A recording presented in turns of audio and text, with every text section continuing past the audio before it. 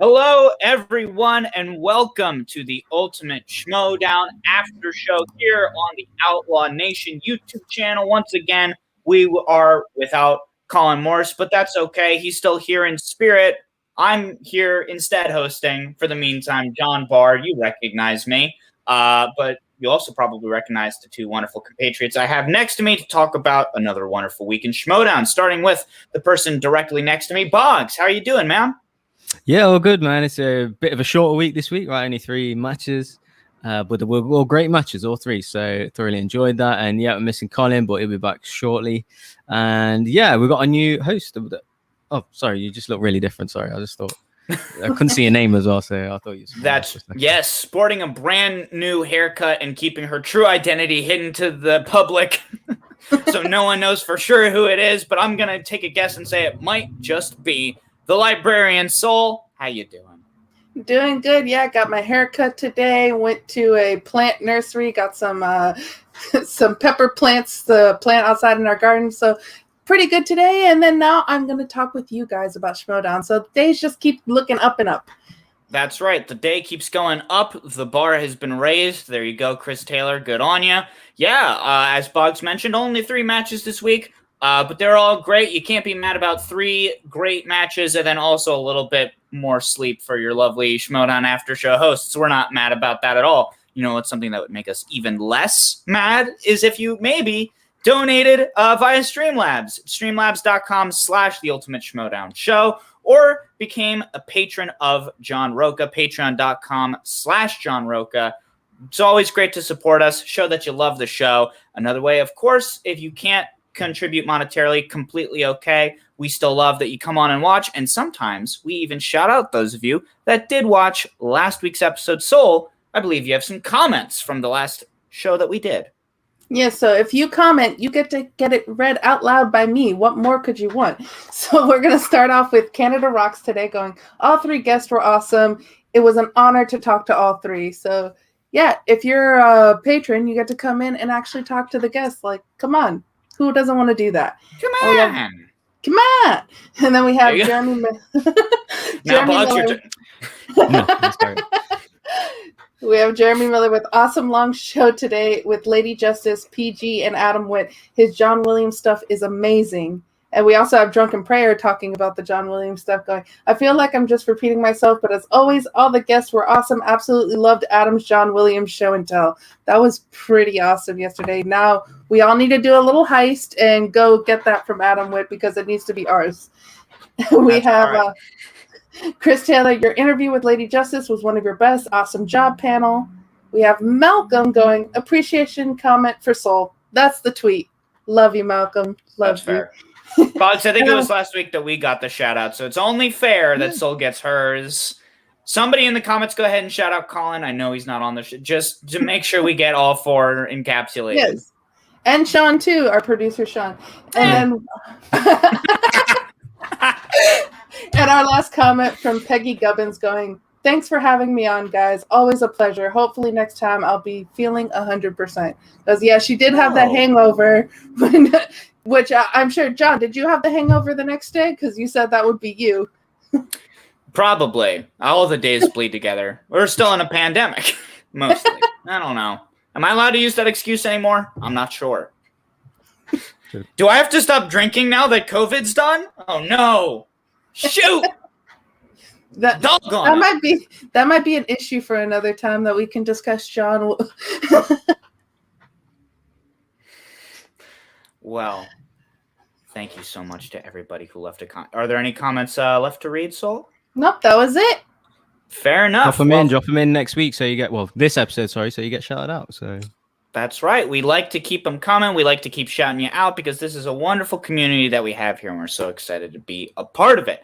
And speaking of community, we, as always, have tried to get, various competitors on the show to talk about their matches and also just big them up because they're always great. And we are very excited to have a returning guest. He's been on twice before. He is one of the shining stars of the Star Wars division, and he's coming back to us after another decisive victory, this time in the Star Wars tournament, his first match. We are so excited to have replacing Colin Morris permanently on the show, a member of the Den, now 2-0 in the Star Wars division. Everybody give it up for Thomas Harper. Thomas, hello, sir. How are you today? Why have a Colin when you can have a Major? You know, that's what I always say. Yeah. But That's true. I'm doing good. How are you? I'm doing well, man. I'm doing well. Thank you so much for coming back. It's always a pleasure to have you on the show. You guys keep inviting me in spite of all the reasons not to. So thank you. It's mostly just so we can keep getting Peggy in the comments. That's what we love. Right. We just like to keep as many Den people.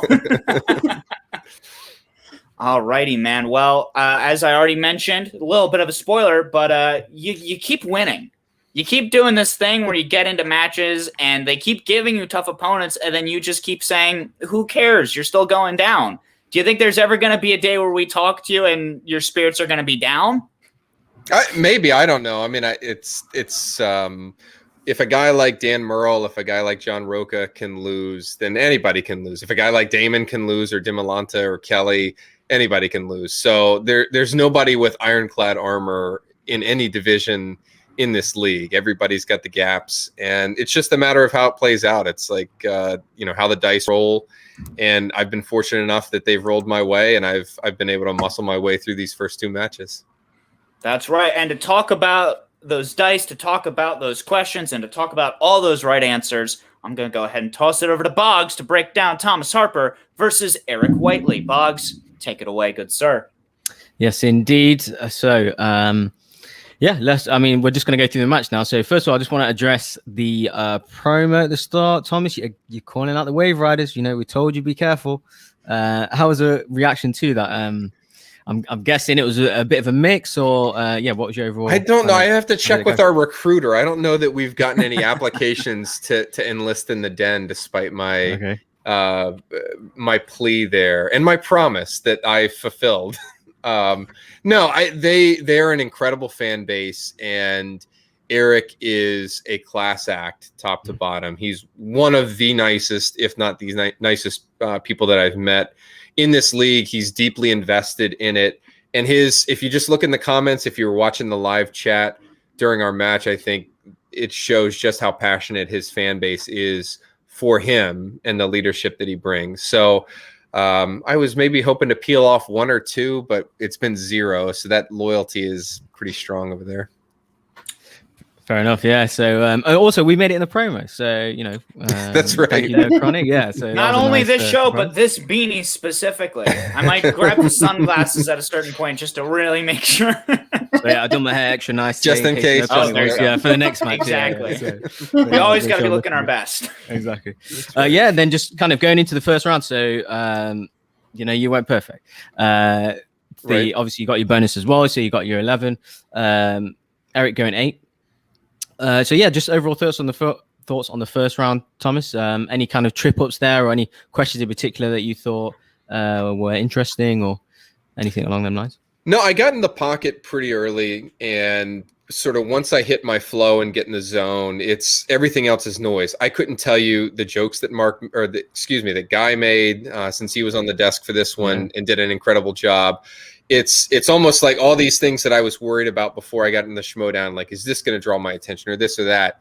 It all just gets tunnel vision, and you're just answering the questions. And it's funny because I read some of the comments and it's like, oh, he's a robot or this or that. And I'm like, well, I mean, if you know somebody that's in the military that does work, they're not loudmouth people that wave around and do things. They get the job done, and they're quiet professionals. So that's the sort of aura that I bring. But that's also me in the zone. So if you'd like me to sit and crack jokes and get questions wrong, then maybe that you can join me at the bar. But as far as the Schmoedown goes, I'm going to be sort of have that mentality.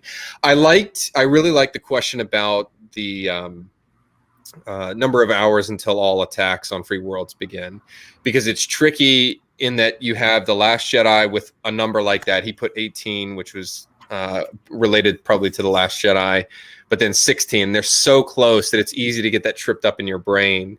And like in Rise of Skywalker, they mention time left one other time in that movie. Other than that, it's like this irrelevant line that they throw out that is supposed to put pressure on. So I didn't fault him for missing that. And I almost second guessed myself. I sat there and thought about it and said, no, I'm going to leave it. And if we get it wrong, we get it wrong. And, fortunately I was right there. And then the Christophsis question, that came to my mind immediately, but I saw exactly where he was coming from on that. That wasn't a swing and a miss in that he just totally whiffed. I mean, that would have been a great poll for an Attack of the Clones question. And if we don't get, I'm trying to think if they've ever asked about that line, but you're going to get an Ancion question, if not this season, then in the near future, because that's an oddball planet and an oddball line. So yeah, just didn't roll his way, but he played phenomenally. And I was certainly at the end of round 1, even with the bonus question, in my mind, it was tied going into round 2. Yeah, and sorry, go ahead, John, if you had something. I mean, yeah, no, I think you and I were about to say the same thing, which is that was a good mindset to have, because it was certainly the same exact score coming out of, or not the same exact score, but the same score differential, because you both had the same score, which is to say perfect 10s across the board, Boggs.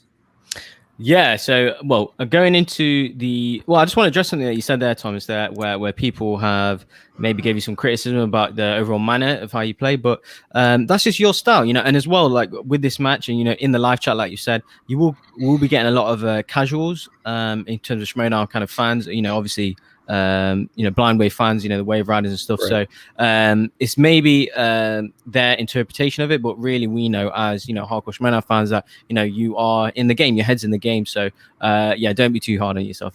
No, that's what we thought. It's more of a casual aspect. We had that kind of conversation amongst us as a community kind of before this season. We'll be getting a lot of other people's fan bases into the Schmoedown, don't be too harsh on them, that kind of thing. So I think that was the overall intention. So. No, and I you're exactly right. And I take it all with a grain of salt. It's all lighthearted. I'm not one to read comments and get worked up over it. But my favorite one I honestly want to frame is somebody that had the wit to say, I wish Harper had been on Alderaan when it blew up, because it'd be one less droid in the galaxy. And I was like, can we just be friends? I know that I can't believe that comment was made completely in a mean spirit, but it was an excellent little double reference there. So I hats off to you, sir, whoever you are. Yeah, and then at the end of round 1, I did like Kate's Ahsoka t-shirt. I was like, okay, she's learning. Yeah. You've got the name wrong. It's Sudoku. Yes. All right, it's been officially redone. So okay, fair enough. And then you decided to go first, round 2. You've hit the Last Jedi. You spun off that. You got on Rogue One. Again, gone perfect. So first, I'm going to throw it to Sol, actually. For Tom's has gone perfect in round 2. Overall thoughts on his performance so far in the match, and any question for Thomas? I do also want to say, I love Kate so much, and my question for you, Thomas, is how do you not just start cracking up at anything she does? Because the second I'm watching it, I'm laughing. You're there, I could see that you have a smile inside, you can see it through your eyes, but you're like, don't laugh. How do you do that?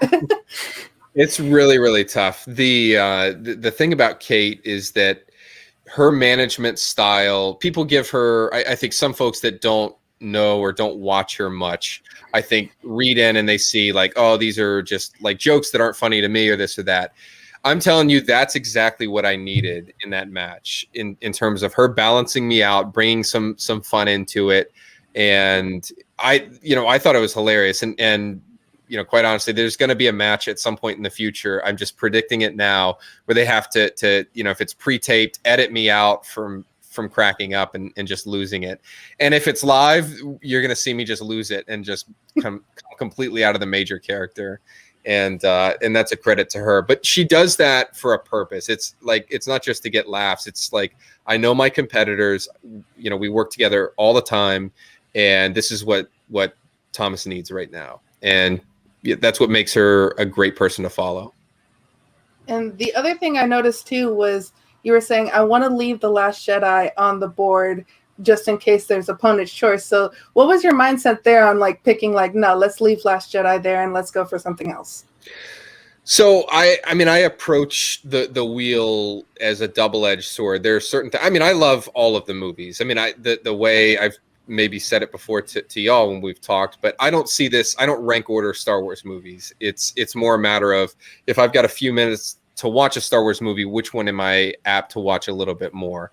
And I will tell you, with my time in the Schmoedown, I loved Last Jedi already, and I've loved it each time more and more as I've watched it. So I would have been happy to answer questions there, but sometimes there's a strategy in terms of knowing game tape on your opponent too, and maybe leaving something like that on the board.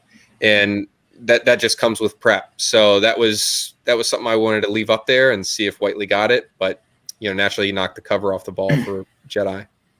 Yeah, if only he had spun The Last Jedi instead of Return of the Jedi, then maybe Wrong we don't know Jedi. exactly what happened. The Jedi, they're all the same. He was so quick. I couldn't, I was prepping my answers in case there was a steal opportunity. I wasn't holding my breath that there would be.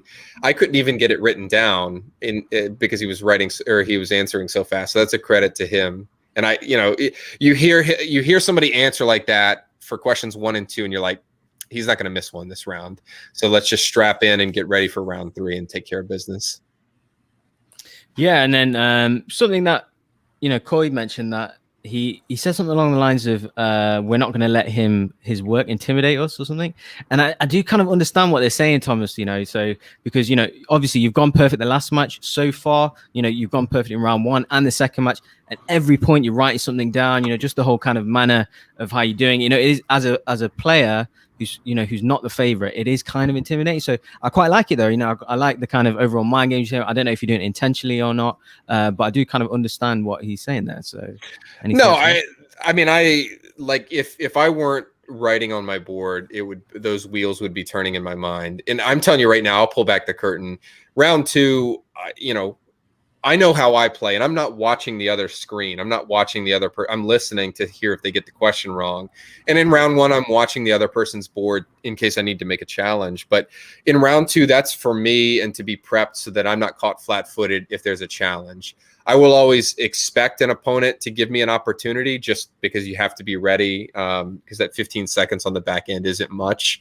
But at the end of the day, that's what it's all about. Because and steals happen so rarely in this division, but when they come up, they tend to catch people off guard a little bit. The Dimolanta match was a good example. It didn't force it, it didn't make Andrew get those questions wrong, but you could see it on his face. He was like, I don't know that Alex has ever given up a steal. B, a steal in a Star Wars game, that's very, very unusual. So that's what it is for me. If somebody else gets in their own head about it, that's honestly their issue, I guess, because that's not why I'm trying to do it. Yeah, fair play. He's gone perfect in his round though. The round after round 2 is 21-18 to you. So Eric's had to go first. He's had to hit his 2, the Crimson Door Kira question. He's missed his 3. Then he's hit his 5 though. The detention level. Yeah, the detention. Detention level. He is 5, and then of course you've gone for your 2, which is which hand and the 1 per question. Bit tricky. You've gone for the right arm, got it right. And then who says which character says who? May the force be with you. Which character says that? And of course it was Finn. And then obviously you win and you've gone perfect again. So overall, kind of 2-0. So looking back, well, first of all, I just want to say kind of Whiteley. Again, he's better than his last match. So, I think people still look, I think it kind of is an overall compliment to you, but people still looking good despite them losing. They're kind of having pushing you all the way. And obviously you are, quite seasoned in trivia and this kind of space in general, as opposed to, the other players who are not so much. So I think it's compliments to them overall. But how does it feel to kind of be 2-0, getting in some form before going into the later stages into the tournament and potentially, bigger fish to fry? I mean, it feels like a start. That's about all I can say about it, because I think the moment that you start to rest on your laurels, the moment that you start to give I've earned a pat on the back, that's the moment where you lose the edge and the next person that's hungrier than you without you realizing it comes in and snaps the rug out from under your feet. Eric, I am just incredibly impressed with. I mean, the Coy's comment, I don't even think applied to him, because Eric's blood pressure runs about as low as you can get. There's no rattling him. You saw him just calm, cool, and collect. To miss 2 questions in round 1. Like going perfect is one thing. That's fine. You're never rattled. You're like, Tom Brady in the pocket with perfect protection. Like, how hard is it to just complete a pass?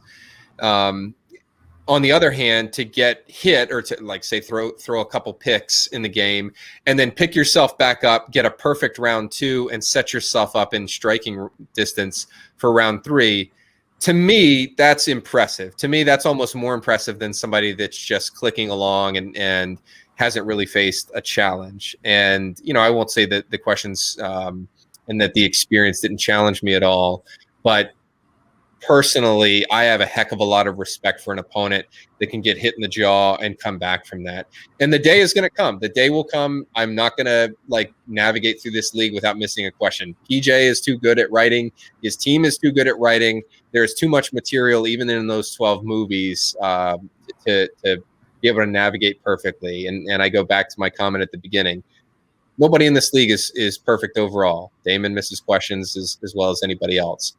And so I'm just mentally preparing myself for that. But I look at it and I'm appreciative that Eric came in swinging, that nobody looks at this match and they say, well, Thomas was given a cakewalk in match 1. No, I think at the end of the year, people are going to look back on this match and say, Eric was a force to be reckoned with. And that was the start, even more so than the Hoey match, but this was the start of sort of his rise in the league. I don't want to be the next person that has to play Whiteley. So I've set myself up. I mean, I view this as sort of a long campaign, just to borrow a military term. And this is phase 1. I've made my landing, and now it's time to push inland.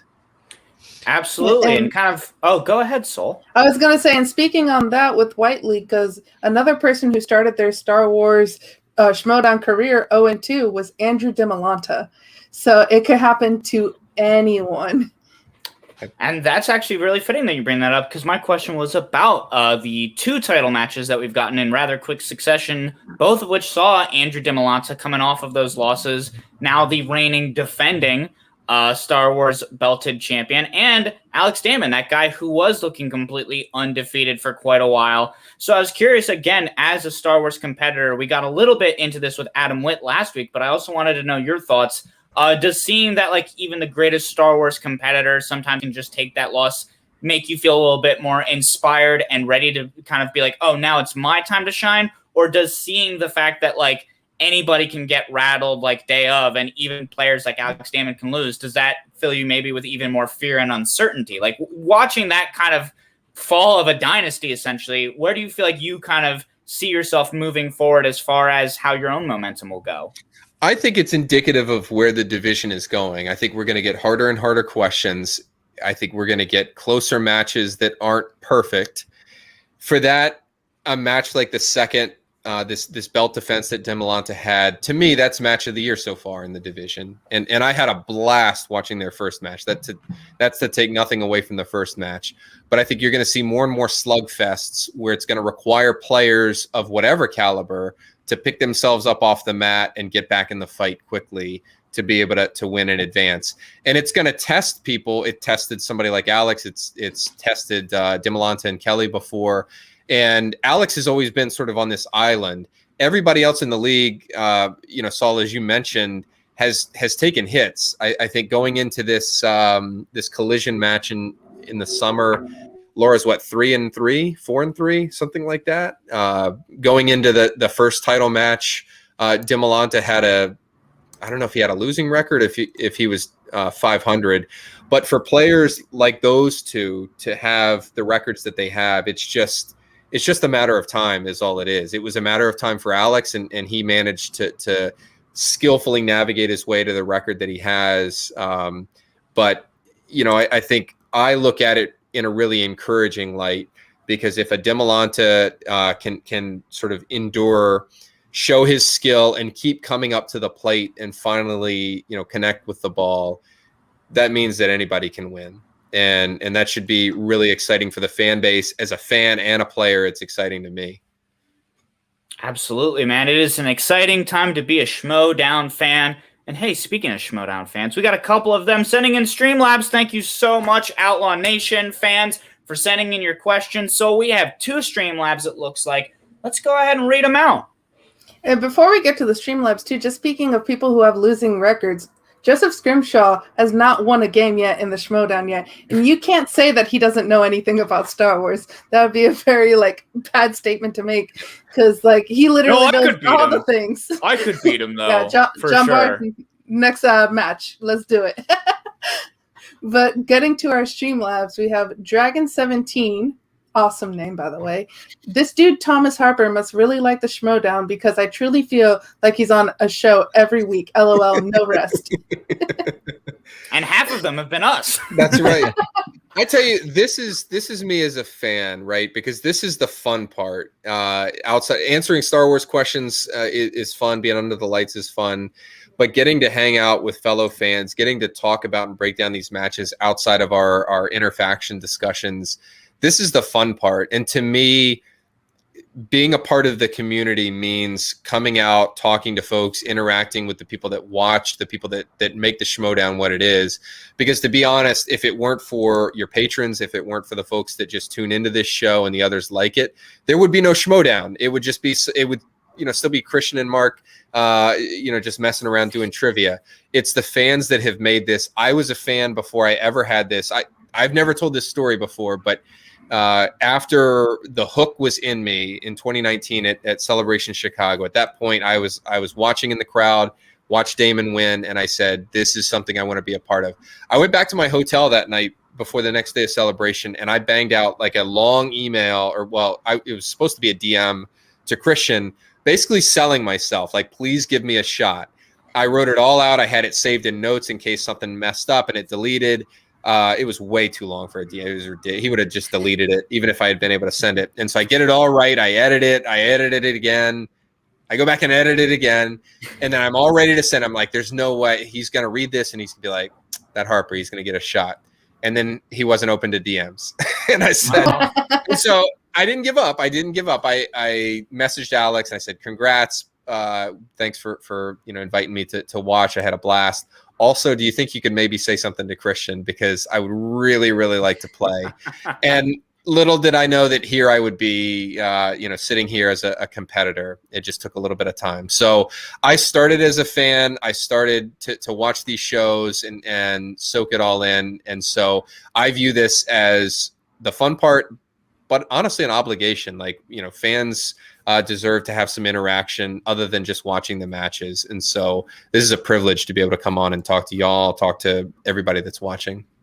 Thank you so much. And it's truly an honor on our end. I definitely don't think anyone's obligated to talk to me. Soul, maybe, but she's the only one. Speaking of Soul, I was going to say, I stand corrected. Jeffrey Kahn said that Joseph Scrimshaw has won one match. So then never mind. It's only Boggs. Yeah, it's only Boggs. It's only Boggs. Just whittle down the cast. I want to see a lot of these guys play each other. The people that have losing records. Witt, Scrimshaw, Lacey, Gillerin, Whiteley as well. All these guys need to kind of play each other to kind of get wins on their records before they're going. Get in some form before playing. A potential title contender. So in that way, they can get some momentum, some form, some confidence before facing a top player.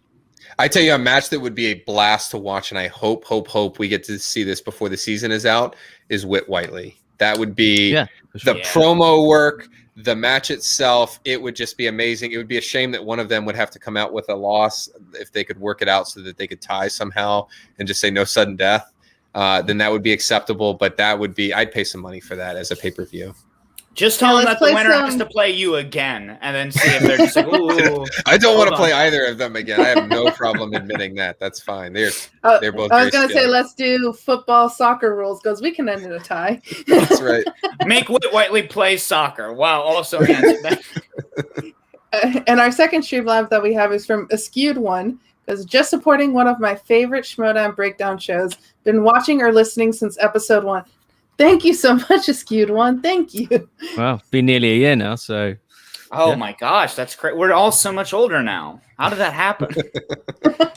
I finally went bald just now. Isn't that crazy what a year will do? How you just become bald? You didn't grow bald. You grew a knit cap. That's all. There we go. What is baldness if not the hat industry persevering? That's You right. get it. You're just trying to support an American business. That's all. I'm sorry for supporting local biz. That's the worst thing anyone can say about me is that I'm too pro business. Too generous. You're too That's generous. right. All right, go on.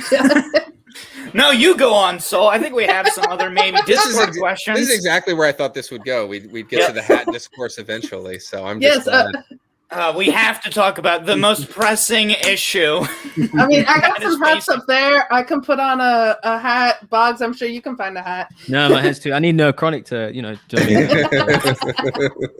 We're gonna use us in Thomas's next That's you know, right. promo. So That's right. And hey, if you want to get used in our show in the same way that we got used in I don't know, I'm reaching. Hey, Streamlabs, Discord, we're about to be pulling some Discord questions from some of the wonderful patrons of John Rocha. So feel free to join the Patreon. We got the link right up there that you can join. Sol, let's go ahead and read off some Discord questions. Let's do it. And as I go to the other document, we start with Jeremy Miller going, "What's your favorite Star Wars video game?" I think we've asked this before, but he wants to know again. current generation would be Fallen Order. I just had a blast with that game. I've played it twice, which is, considering the limited free time that I have with 2 kids, yeah, should tell you something. That you know, that kind of comment should be like framed on the EA wall somewhere, the Respawn wall. All time, it's a horrendous game. It really is awful. But Rebel Assault 2, which was a PC game back in the 90s, and you can go watch the horrendous. It had full motion video cutscenes, so it was literally like a movie. And this was mid 90s. No new Star Wars was coming out except for, you know, the occasional novel. And this was the first sort of video, like, new Star Wars that we got. And you play this character called Rookie One, which is the height of creativity.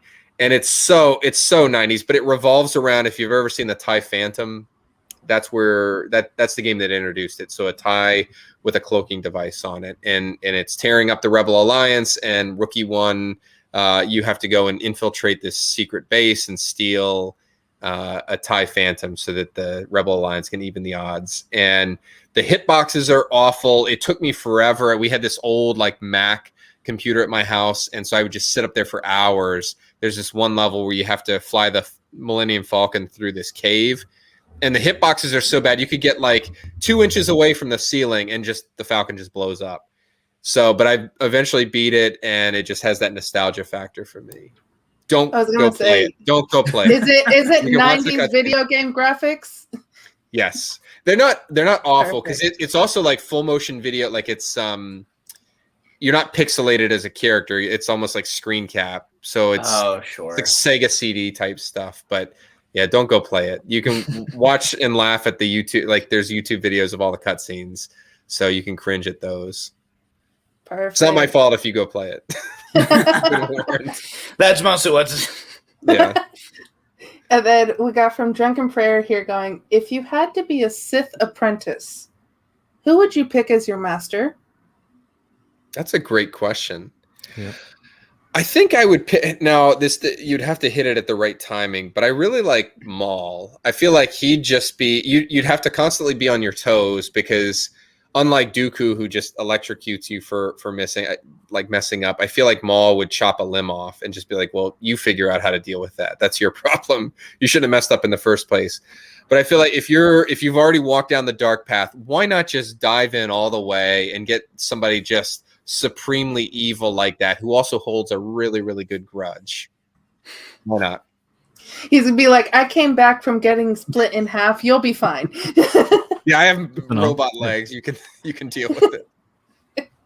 And then the last one we have here is Alan Smithy going, "As a Y-Wing fan, how do you feel about the resistant bombers from Last Jedi? Kind of slow, don't you think?" They're slow, but they're heavy hitters. I mean, those were based on the B-17 flying fortresses in World War II. And in fact, that, you know, as you probably know, that sequence was pulled a lot from World War II era films. I think they're like, I like the ugly stuff in Star Wars. And so when they came on screen and they had to have be very dependent on escort fighters, I was like, this is the Star Wars that I like. It's not a bunch of sleek ships And like, what do you think the Resistance is going to have? Like some excellent bomber. You know, they didn't even have Y-wings until Revenge of the Sith. But yeah, I liked them. I was a little sad when they all got blown up. And I said, if you just had a couple Y-wings, you could have taken out that Dreadnought. The X-wings and A-wings wouldn't have even needed to leave the Raddus. You could have just left them on the bench and job done. Credits roll. It's over.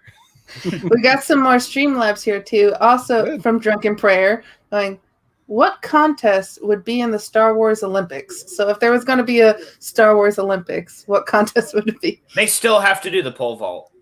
Yes. That still has to be. I won't let them take away the pole vault. It depends, I think, do you have a Force user division in there, because I would like to see like Jedi Olympics where they're like force assisted running, a force assisted long jump where they just jump out of the stadium, like Rey and Kylo style and Rise of Skywalker. That would be fun.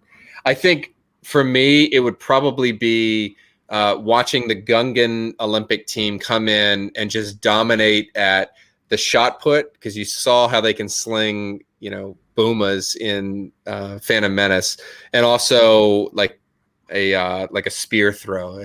They just like hurl that thing and just wipe up the competition. Would Jar Jar Binks have a gold medal? I think he would be arrested for accidentally murdering another player. But I'd defend him. I'd get him. I'd get him out of it. You'd be his lawyer. We'd be okay. Yeah, we'd be all right. And then we also have a Streamlabs from Dragon17 again going, Scrimshaw has 1 win, but it's like he has 4 because he beat 4 people in 1 match. 4 very good people. If you want, the thing about Scrimshaw too, I'm not looking forward to him coming back whenever it is this season, because he will sit there. You watch him at these live events. He's got a full beer and he's like Whiteley. He's just, all the knowledge is in there, and he'll look you right in the eye, answer like a 15-pointer without flinching while he's taking a sip from his beer, as calm as possible. There's not a bead of sweat on him that I think I've ever seen.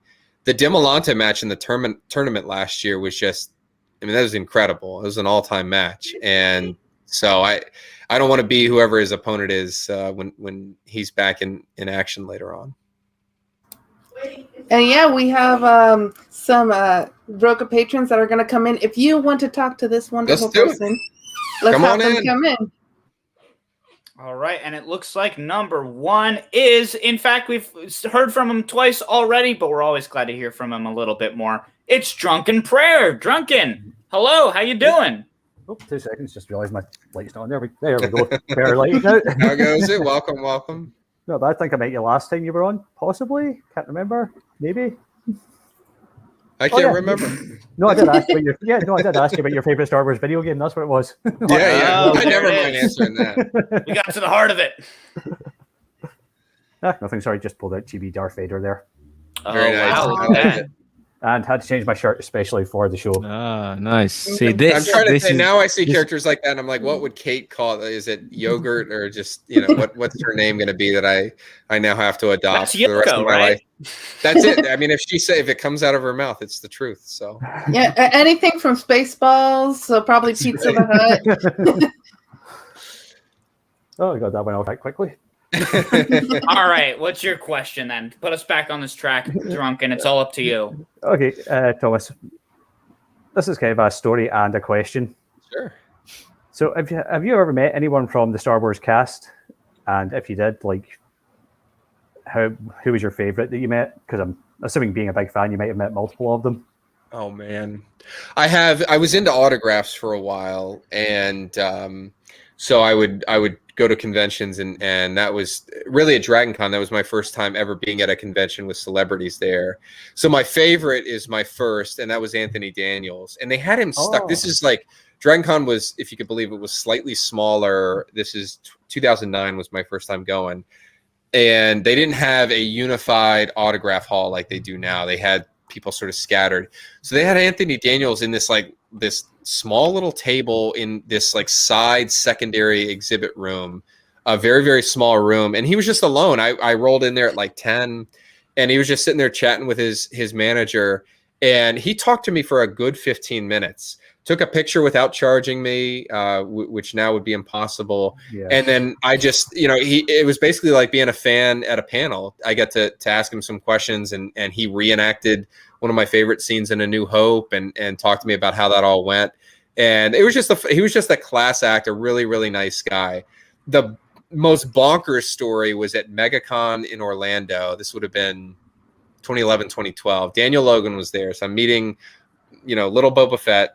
And he's an adult at the time, but two sort of younger women were there. They were probably around my age or whatever. I was probably 25 or 26 at the time. But so they're there, and they're obviously more attractive than I am. And he's like, "Well, can you step to the side for just a second? I'll get to you." And he proceeds, he's just like schmoozing them. And before I know it, he's like taking a piece of paper and he's drawing like a route to where his hotel room is. And I was like, is this happening? I'm sitting here just like waiting with my Boba Fett picture. Like, can I please get this signed? And can you write a Boba Fett quote on there, please? And then he's just like, spitting games. So that was just one of those moments that'll never leave me, but you never know what you're going to get. Oh, that's brilliant. I love it. No, I got a question for you though, Jungle Prayer. In Scotland, do you say duck? As in like, as in thanks, duck? No, I've never. Well, maybe somewhere up here, but not that I've ever heard. No, it was just a private joke between us guys. We, there's a Midland saying, we say hello, duck, like, like darling, like whatever. But I thought they say in got Scotland self-conscious because he called me a duck earlier, and now I think he's just trying to be like, "No, John, I swear it's a compliment." It must be. Some people use chicken, but you'll get your head. Yeah, same thing. You do that. Same thing. Exact same thing. Yeah. The more north you go, the more chicken it is, and the more, I don't know. I'm just playing. all the Americans over here just talk. going like, Yeah, right. Welcome to UK talk, where it's all just about birds, I guess. Something like that. No, it's just because the reason I asked that, Thomas, was just because Alan Smithy in the chat there encouraged me to share my story of meeting a Star Wars celebrity who I'm not sure we're allowed to talk about anymore, Ray Park. Oh, I love Ray Park. He's the man. You mentioned it before. I think you saw him in Edinburgh. Did you see him? Yeah. Edinburgh. He was walking back from Aikido class. Lovely guy. Oh, very cool. My mate just went, "I'm sure that's Darth Maul." I went, "How can you tell without the makeup?" He's like, "I've seen pictures of him online." Nice. That's awesome. We just went up and said, "Hey, you're Darth Maul." He's like, "Yeah, nice to meet you." He's a really nice guy. Very down to earth.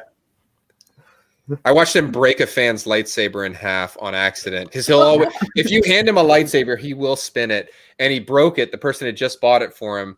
Ray Park shuts down his booth and goes to a booth in the convention. This is at Celebration. Goes and buys him another lightsaber, like right on the spot, which is awesome. Like nobody does that. So, oh yeah, great guy. Yeah. Well, doing Aikido, he would be able to break a lightsaber in half like that. I watch it. I'm like, those blades are like curving a concerning amount, and then you just hear the split, and you're like, "Whoops!" And of course, somebody goes like, "Oh, that wouldn't happen with an Ultra Saber," and I'm like, "They have spies everywhere." Oh my god! Well, Drunken, thank you so much for popping on the show, man. It's always a pleasure. Thanks for having me again. Thank you. Of course. And it looks like we did get, in fact, another Streamlab in. Thank you all so much from Justin Toner. What Star Wars film made you a fan of the franchise, and what are some of your favorite Star Wars novels? Ooh, he wants to get deep in the canon right now, or non-canon anymore? I don't remember. You could have favorites on both sides of the aisle. That's fair game. Boggs, you and I have talked non-canon novels. Yeah. Absolutely. Yeah, A New Hope is it for me. I mean, when I became a fan, there were just 3, and so I saw a bootleg copy of A New Hope just recorded on VHS off of, I think, Fox at the time. And it hooked me. It hooked me within 30 seconds. I mean, the moment Vader comes on to the Tantive V4, that was it for me. And, it's all been downhill since then. Books-wise, if you're talking canon books, I think the 2 that I would spotlight would be the original Thrawn that was circa 2016, 2017 by Timothy Zahn. That book is just A+. And his work since then has just fleshed out the character even more. And then Battlefront Twilight Company. So the original Battlefront book that was probably 2015, something like that. Just a book about like a normal rebel infantry company in the middle of the Civil War. No Jedi helping them or anything like that. And it was just That one was done by Alexander Freed, who did the Alphabet Squadron books, and it is probably his best work in my opinion. So those are good. Legends wise, I mean, it's hard not to pick the Heir to the Empire trilogy. I mean, it's that revitalized Star Wars in my opinion. It sort of put the shock paddles to the dead body and reinvigorated the fan base. So we all have Timothy Zahn to owe a big thanks. What was the scene in A New Hope, Thomas, that you mentioned with that Anthony Daniels reenacted for you? So it's after R2 shuts. He tricks Luke into taking the restraining bolt off like a boss, and then shuts the recording off. Luke storms out, and C-3PO is like, just you reconsider playing that message. Right. And then you hear R2 go, boop, boop. And he's like, no, I don't like you at all. No, I don't think he likes you either. Yes. And I asked Anthony, I was like, did somebody on set like give you cues? He was like, no, it was just silence. I just had to time it. And we went through take after take to sort of make sure that the pauses were enough, but they didn't even know what R2 would sound like at that point. So there wasn't a way to do it. So they were still hoping to get Gilbert Gottfried in there. Yeah, right. Hey, where's he going? That's right. Oh, and it looks also got a super chat from Bryant Brawler. He's always wanting to ask this to every person. What's your favorite Pokemon? Look, Pikachu is it, and if that's cliched or lame, then that's fine. I will say that I will forever hold a grudge against Pokemon for coming out with a wildly popular card game that is still popular that knocked the Star Wars customizable card game sort of off the radar, and then it became Magic and Pokemon from that point out. And all the few, like the 4 people that I had to play Star Wars with were Pokemon converts. So I remember talking about with this this with you last time, and I still stand by. Listen, if the Star Wars card game just had their own dual disc system, then maybe we wouldn't be having this. I know. I wouldn't be in Schmoedown. I'd be a professional Star Wars card player. There we go. Hey, something to look forward to when the Schmoedown is done. We're all old in our chairs. Thomas Harper will still be here playing card games. Well, Thomas, thank you so much. Yeah, it's always a treat. We're always so excited to hear what other answers. And Brian Pollard is right. Pikachu's a great choice. He's a mainstay for a reason. And you are now a mainstay of the Ultimate Schmoedown Aftershow. Thank you. Yeah, our new host. Yeah, we'll see you in a couple of weeks, right? Permanently replacing Colin, unless you don't want to, in which case you don't have to. But one thing we do ask of all of our guests before they leave, if they have any sort of grudges to air out, anything they feel like they have to say to their next opponents, whether it be a Marie Wilson, an Ace Cabrera, a Sean Sullivan, a Zach Burkett, the floor is now yours to say whatever you care to say about the Schmoedown. At your ready, sir. Yeah, sure. So I already aired my grudge against Pokemon, and I'm sorry for all you Pokemon fans out there. That's not going to change. I've got a Darth Maul level grudge against that entire franchise. But I would like to talk directly to Ace or Sully, whoever ends up winning that match, and say, enjoy it. Enjoy it momentarily while it lasts, because that's the easy waters. You've navigated through the calm bay, and you're about to come into the rough sea that is the major. And prepare to be capsized, because I'm coming for you. There you go. A battleship level threat. Thomas, thank you so much for gracing our show with your presence. We're so excited to talk to you with what seems to be like inevitably another win under your belt. You have a great rest of your night, man. Yeah. Thank you, sir. See y'all. Thank you very much. Thanks for having me. All right. Take care. Thank you, man. All right. Well, what an absolute gem he was. But wouldn't you believe it? We actually have a whole other tournament that's happening right now, this very second. They're playing the finals right now, maybe. I don't know. I don't know how scheduling works. But before we even think about the finals, we got to talk about these 2 semifinals matches. Oh, boy. I got to remember how plural nouns work, turns out. Starting with, of course, the founder of this channel, John Rocha. His name's on the Patreon that you can donate to right now. Him and JTE, a.k.a. Rushmore, going up against Lightning Time from the Suspects. Soul, I believe this is your match to break down, so go ahead, take it away. And I will start, John. English is hard, so, Thank you. I don't have to know English. I'm just a screenwriting major. Don't pity him, Soul. Don't pity him. No, pity me. Pity me, please. I'm so sad. So starting with Rushmore and Lightning Time, we're going to start off with round one. We have a few misses in round one. Liz missing the Wind River question. Both Rocha and Liz missing Flipper. Like, how you gonna miss Flipper? Come on now. And, I don't miss Flipper, I'll tell you that. Boom. Liz also using a JTE and missing the inner space question. Ethan and JTE getting perfect rounds. Rocha being upset about Flipper because he was just one away from a perfect round. So, Bog, start you. What's your thoughts on the round one and the fact that we saw such lights out from Liz in the first match of this tournament, and then right now she ended up missing 3 in round one? Yeah, well, first of all, in the promo, I did like the promo. I felt like Sam and Ethan talking smack against Rocha and JTE, and kind of both of them, and Erwin saying the whole of Rocha can't beat me thing, and Rocha cutting a heck of a promo as well. So I thought that was a really fun way to start the match. And then when he did start, JT, he's on absolute fire since he's come back. So it's a bit of a screw you to all the kind of people that doubted him on his return, or doubted kind of Gucci making them choices. He's showing what's what now. He's showing he's even a stronger player than before he left. And Rocha obviously stepping up, obviously just missing the Flipper question. Ethan, of course, having a strong kind of round one. And, Liz, it was a bit rough. But obviously, there has been kind of worse round ones we've seen. But in this type of match, in a semi-final of a tournament where all 4 teams are absolute killers, it's an unfortunate round, put it that way. So, yeah, to miss 3, where, Rocha's got, 7 and obviously JT's got 9. There's a bit of a gap there, but obviously luckily Ethan did get a perfect round. But yeah, it was a little bit rough for Liz, but I was seeing if they could kind of make it up going into round 2. But yeah, my overall first thought of round 1, I thought JTE is on absolute fire. Second perfect round in a row, I believe. So yeah, the man's in serious form. And then also starting off with round 2, we have Rushmore going first.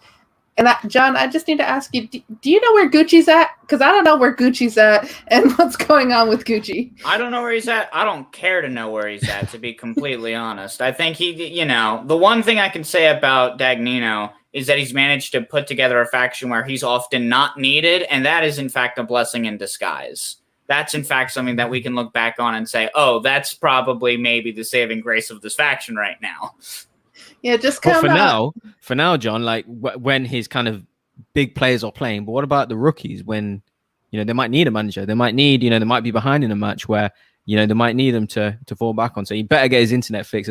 Why doesn't he have a pair of headphones? That's what I get. He's on his phone. At least that would help his audio and connection to speak directly to, he's on screen with even on his phone, or whatever, with 5, 6 other people. The people backstage have a pair of headphones. At least it will connect with the connect. Listen, he's too busy rating the toy bags at dentists' offices, after they have to fill a cavity to get that little glowy ball that he had all of last season. Remember when that was this one thing? And obviously, of course, huge respects to the Finstock Exchange faction of the Outlaw John Rocha. We would never say anything ill about it. Disclaimer.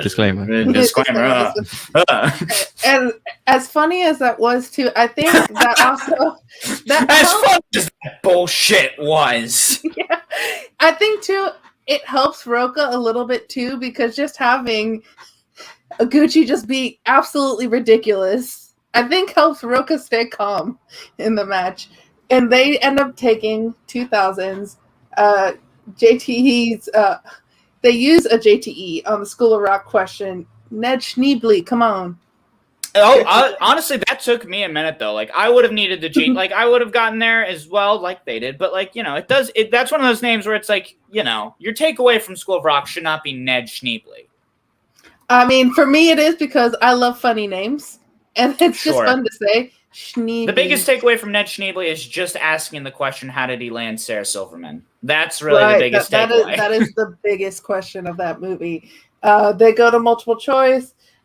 Rushmore ending up getting all of their questions right, just going down to multiple choice that one time. So, Boggs, what's your thought point on how Rushmore did in round 2? Yeah, so just really good. It seems to be a case of, I don't know if it's pre-planned or what, but JTE seems to take control of the decision making, and then kind of Rocha backs it up.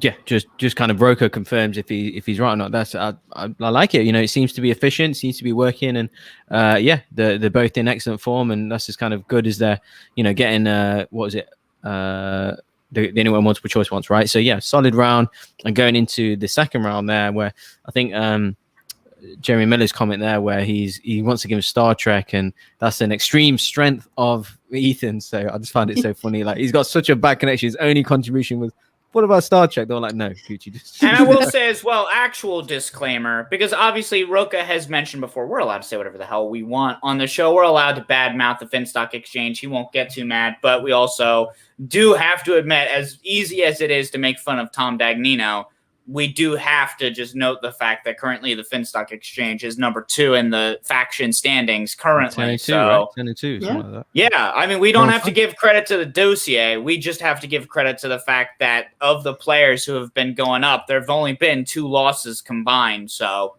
good on them for that. We can't knock a 10-2 record that hard.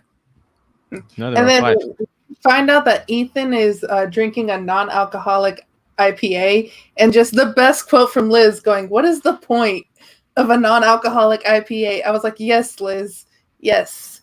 First off, IPAs are gross. I know John loves them, but I mean, yeah, I love them, but that's also because the majority of the ones I buy are like 7.2% ABV.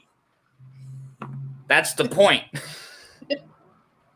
But I think too, just having the taste of an IPA without the alcohol. Come on, Ethan. I know it's early, but it's 5 o'clock somewhere. Because you could just pretend you're.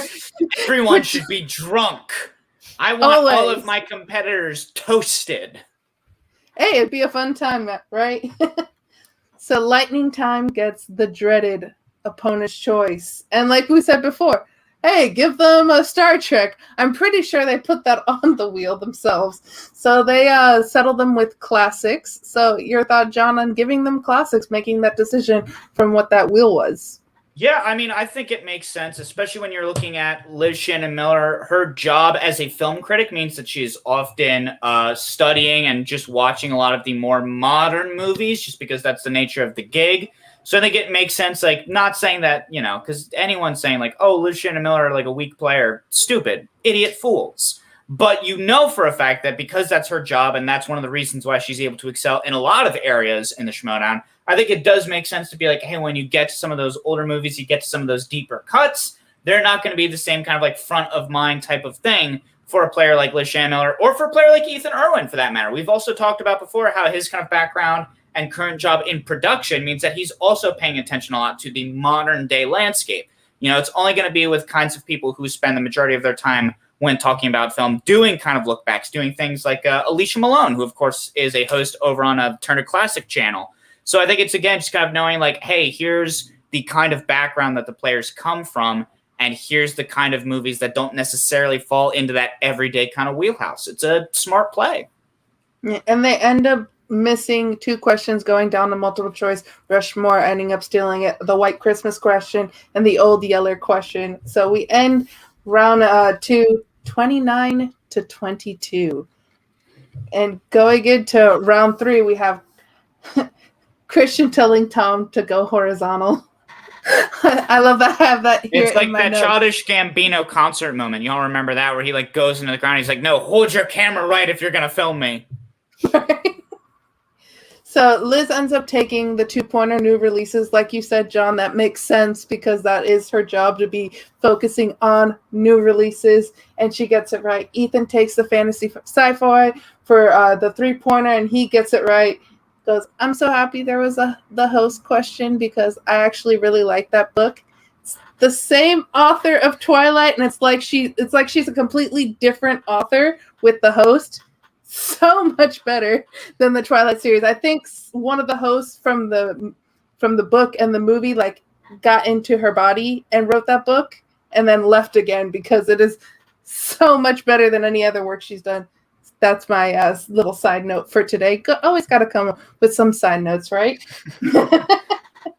And then lightning time with their 5-pointer directors. How many Kevin Smith films has Ben Affleck appeared in? They said 6. The answer was 7. So Boggs, heartbreak there in that moment. like one movie off to get rid of that TKO. Thoughts? Yeah, so a tough question, first of all. To work out, I think they got extra time. I think it's 20 seconds and stuff, but just I think they only had one repeat at that point. Just not enough time to kind of count every movie. They were nearly there. I think they just missed out one. I think Clerks 2 or something, which he just has I think he just has a one-line cameo in it or something. So, yeah, he was just short of it. They were just short, sorry, and they've just missed out. But I need to comment on the second round there. The steals that they did get, Rocha snapped them up from classics. I thought, wow, like they're showing that they're kind of a complete team where, the A player in the team, obviously, I think is JTE, him just kind of storming through the first and second round. And when the steals are needed, so they gave them opponent's choice, they spun opponent's choice, they gave them classics, they struggled on classics, and then they stole what they couldn't hit. So I thought it was just an overall really kind of well-rounded performance from them. And yeah, it was a really unlucky kind of 5-pointer there, but would not have been no idea it would have been a TKO. I would have never predicted that, especially kind of the caliber of players they were. So overall really surprising. And yeah, when they missed it, I was just mainly shocked because I actually picked Lightning Time to win. I thought that there was an upset on the card. So definitely. I wasn't the only person that had Rushmore winning this, right? Somebody else. I think I was the only one who well. had. Okay, yeah. I tried to call an upset. Clearly, way off here because they got a heck of a win. Yeah, I mean, it's a fair upset call to make. I mean, obviously, Ethan Erwin, we're talking about a former singles champion. Liz Shannon Miller, she had that road to the contention, and she's still been a solid player all the way throughout. But it's like I've been saying, one of my biggest worries about this team is that Ethan Erwin struggles sometimes in teams. Like, it's not necessarily his avenue, largely because oftentimes he's placed with players who have very similar knowledge bases. I feel like it hasn't been since Janine that he really had somebody that knows kind of like some of his weak spots, just because obviously Liz, I do think they just kind of have a lot of the same knowledge. And then Andrew Guy, God bless him. But I also agree with Jeffrey Kahn. I think Rocha and JT are both A players, but I think specifically Rocha is the kind of guy where it's like, we know he's an A+ player. We know he can take charge. Obviously, he's got a big, grandiose personality when he's up doing his singles matches. But yeah, JTE is 13, 15, and 3 in teams. I think Rocha just knows who he's playing with. I think he's mostly just like, hey, this is not the Rocha show anymore. This is specifically me and my teammate's show. So let's make sure I'm not commandeering things. If I know that my teammate is going to be able to nail some of these questions, there's no reason for me to stand in his way and even try and do the whole thing of like, oh, well, here's what I think might be. Like, no, he's just like, hey, you know this, dude. Let's get it on.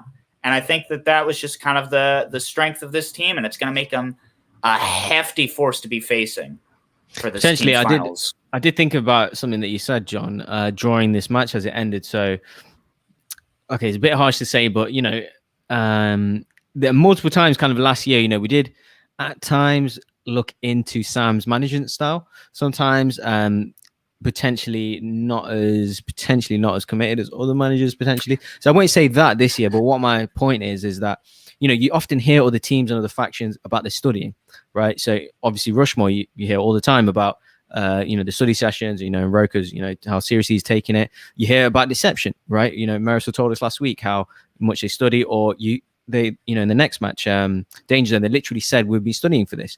You don't really hear that from the usual suspects that, they're top tier players, from Liz, from Ethan, from McQueenie, from Stacey Howard. She told us a few weeks ago she doesn't study, right? So and we know that newer players study. Amaru's told us he studies. Paige, of course, studies. Frankie Arbus, but the top end players, we don't know. There's no mention of any studying or anything like that. So I'm just saying, just putting it out there that I'm not sure if that's happening. Maybe potentially because we did see a bit of a rough round of Hitchcock from deception against Ethan last time, and animation we know is a weakness of his, and this one, and they don't seem to be maybe studying potentially. I don't know. I'm just pointing it out there, but I just think of that when this TKO happened. It was maybe could be potentially not happening, but who knows? Well, and as Soul's lights change to reflect the team's tournament, it also made a light bulb flash above my head where I was like, hey. I just remembered something as well. The usual suspects coming out big and strong at the top of the season. That's largely because they had these rookies who have been doing a lot of studying. Like, I think they were kind of, if not in the number one spot, they were pretty high up there when the season first began. So it'll be kind of interesting to see when more of the rookies of the usual suspects play and see how maybe the faction changes up, whether there are more players that kind of take the forefront as opposed to some of these kind of veteran players, or just to see how some of these veteran players rise to the occasion. But a solid match all the way throughout. I don't have much else to say. Do y'all think we should move on to the next Yeah. match? I think And people Let's want find the out next day. their Rushmore's competitors. Well, gang, like I said, we like to have some of the best on the show. And today we decided, Colin, God bless him, couldn't be joining us. We decided to trade one Colin for another. So, folks, I would like to introduce a competitor from the next two matches we're going to be talking about. He is a member of the knockout rookie-ish sophomore team of Deception. He is the reigning champion of the horror free-for-all. He is the winner of the horror exhibition match. He is a member of the reigning faction title holders in Corruption, and he is the former movie trivia Schmoedown singles champion of the world. There are not nearly enough accolades that we can laud onto this man, but we're going to try to nonetheless as we introduce the incomparable Adam Collins. Adam, hello. Did you hear what they said about you, Clovis? Guys, that was a hell of an introduction. That was, you spoiled me. You spoiled me. Well, you spoil us, sir, by being on our show. We're very honored to have you on. I should have gotten my little otter buddy up there. I can bring him down. He and Clovis can have a little bit of a chat, but I also wanted to just talk to you. How you feeling, man? Obviously, I saw you had a little bit of a very introspective kind of a Twitter thread talking about kind of the movie trivia Schmoedown, after shows like ours and your experience. So I was just kind of curious how you're feeling today. I am good. I am really happy to, again, debut on this program in particular, and on John Rocha's network for the first time, I think, too. Say hello to him for me. I miss him. Love to like hang out sometime if he's interested. Just tell him, like I was here. That's all I'm asking. We'll do. But honestly, I'm good. The reason I put that up is because, long story short, I love this game dearly, and I put a lot of passion into it. And I play my cards close to the vest, and I'm not a public personality outside of this game, so I choose my words carefully.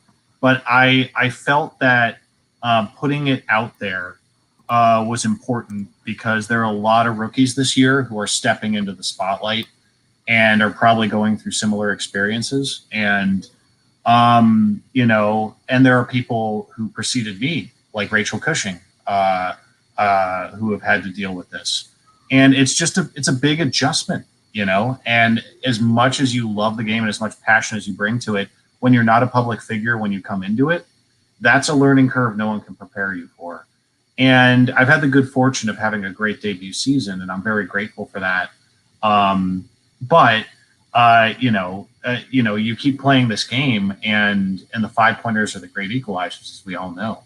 So getting a little bit,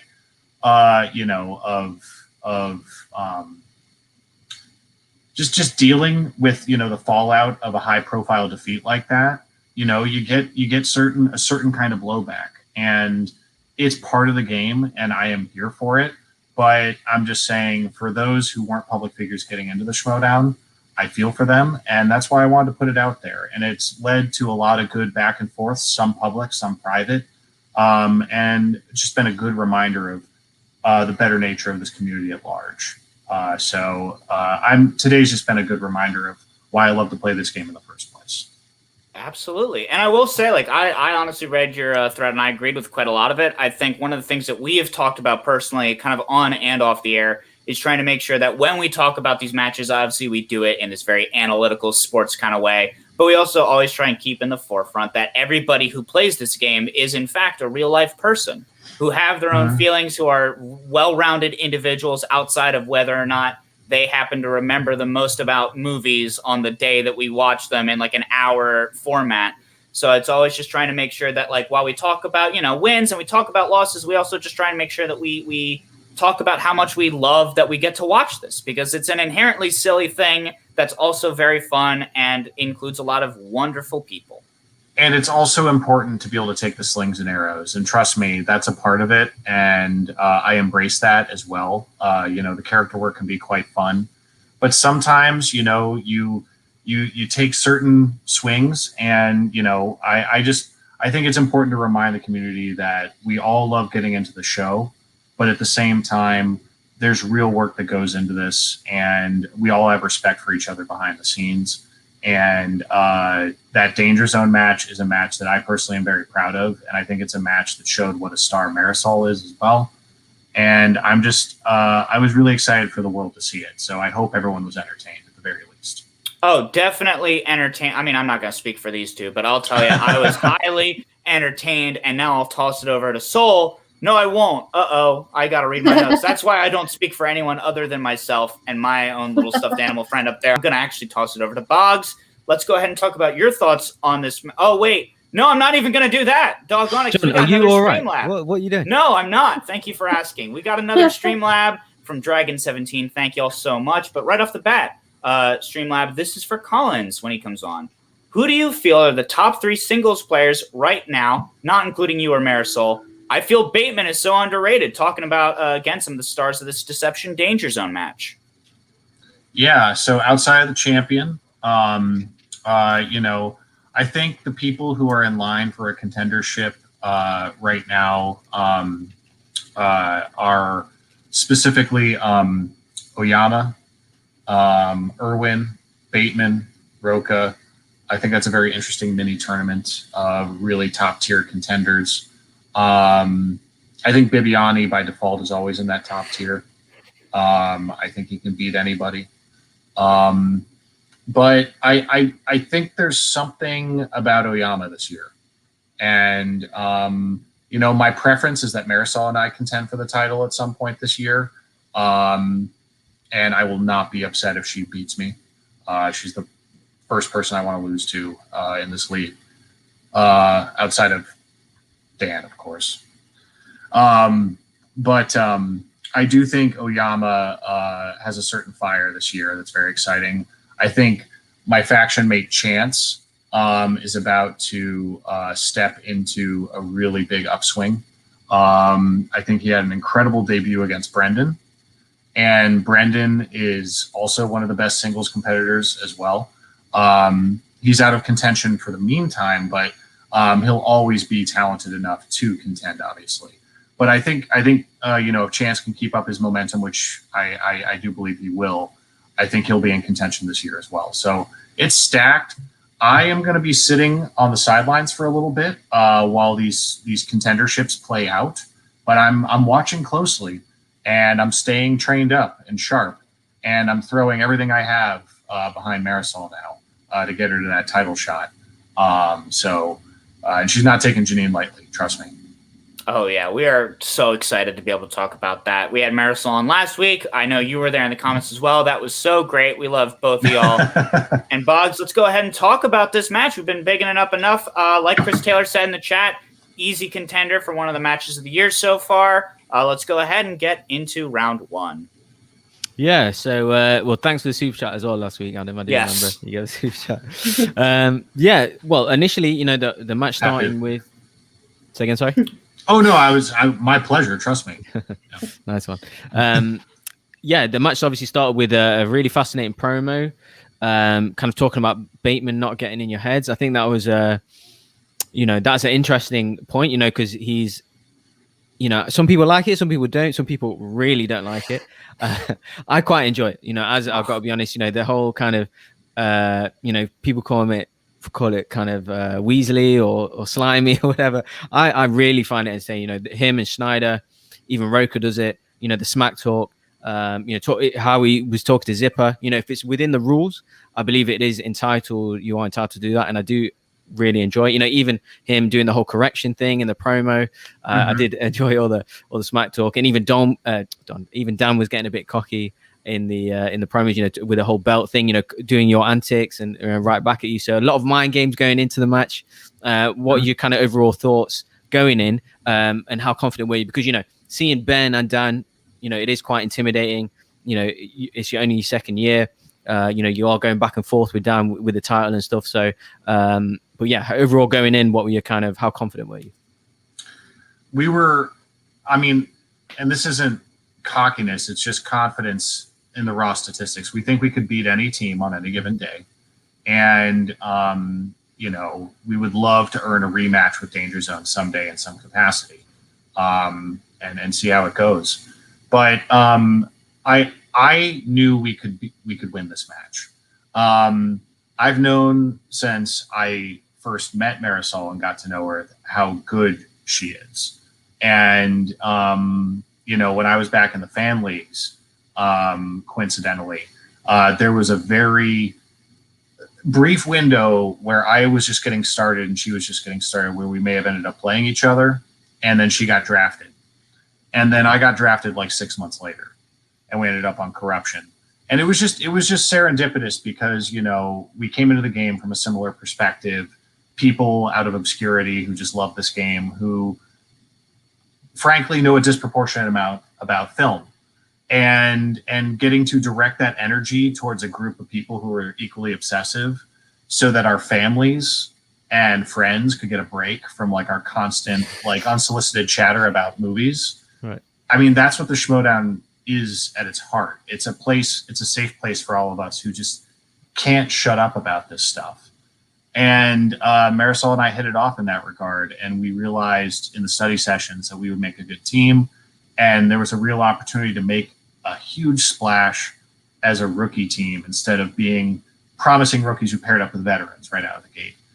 And there's success there. There's a tradition there, and Chance and Mike are one of the reasons I wanted to join this faction in the first place. But we were like very eager to make it on our own steam as rookies, and to get to come back this year and be contenders, even though we lost. We're proud of it, and we're confident that we'll get to come back. Bateman is a guy that is just ubiquitous now in the Schmoedown. Like, he's just, I respect the guy's gameplay and his intelligence, and his commitment, but he's everywhere. You can't avoid him, like outside of backstage, the guy's everywhere. So to end up in a match with him, what are you going to say about Dan? Like, oh, you're really good at trivia. You wear hats. Like, what am I supposed to say about Dan at this point? So Bateman, he's an easy target. What do we got? What else are we going to do? It's fish in a barrel, and he can take the heat. He's one of the best at it. So it was a lot of fun to do the promos, and I like the way Nerd Chronic edited it together. I think he took the best parts of everything we had to offer and made it pretty punchy.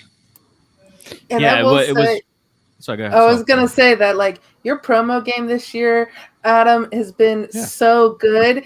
Like, we take it from last year, and then what you've been doing this year, I'm like, man, it's just so good, making me laugh. Like, it's always entertaining. I'm like, what is Adam gonna do next? I was like, I don't want to ever skip this promo. I always want to see what Adam's gonna do in the promos, because you've been one of my favorite promos like this year so far. You've really stepped it up.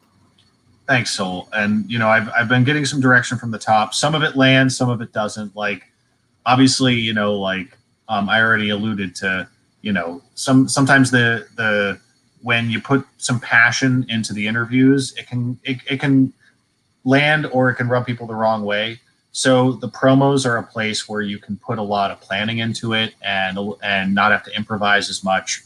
And I can put my best thoughts and the things that excite me most about character work into those promos. And it's just been a way to cut loose too. And because in the match, I am admittedly very serious. I'm very competitive in this game. I want to win, and that can lead to a very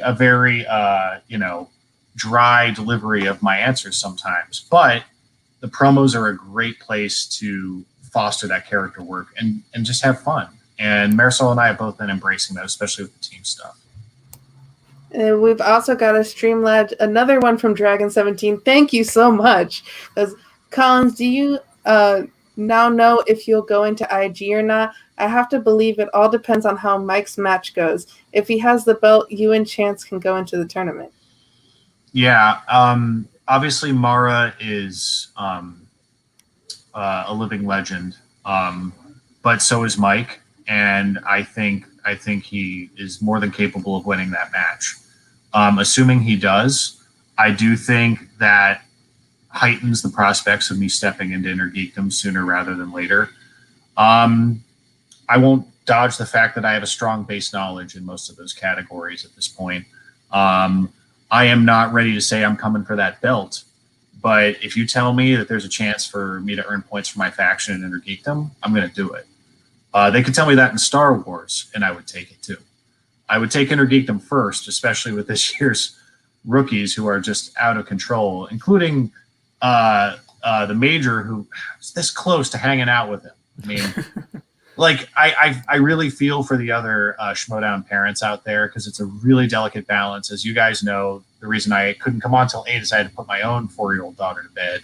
And it is, I'm telling you, it is like a perfect science keeping it on a clock. I still got in 2 minutes late. So, and I'm telling you, that was a miracle. But anyway, I do hope to get into IG. Yeah.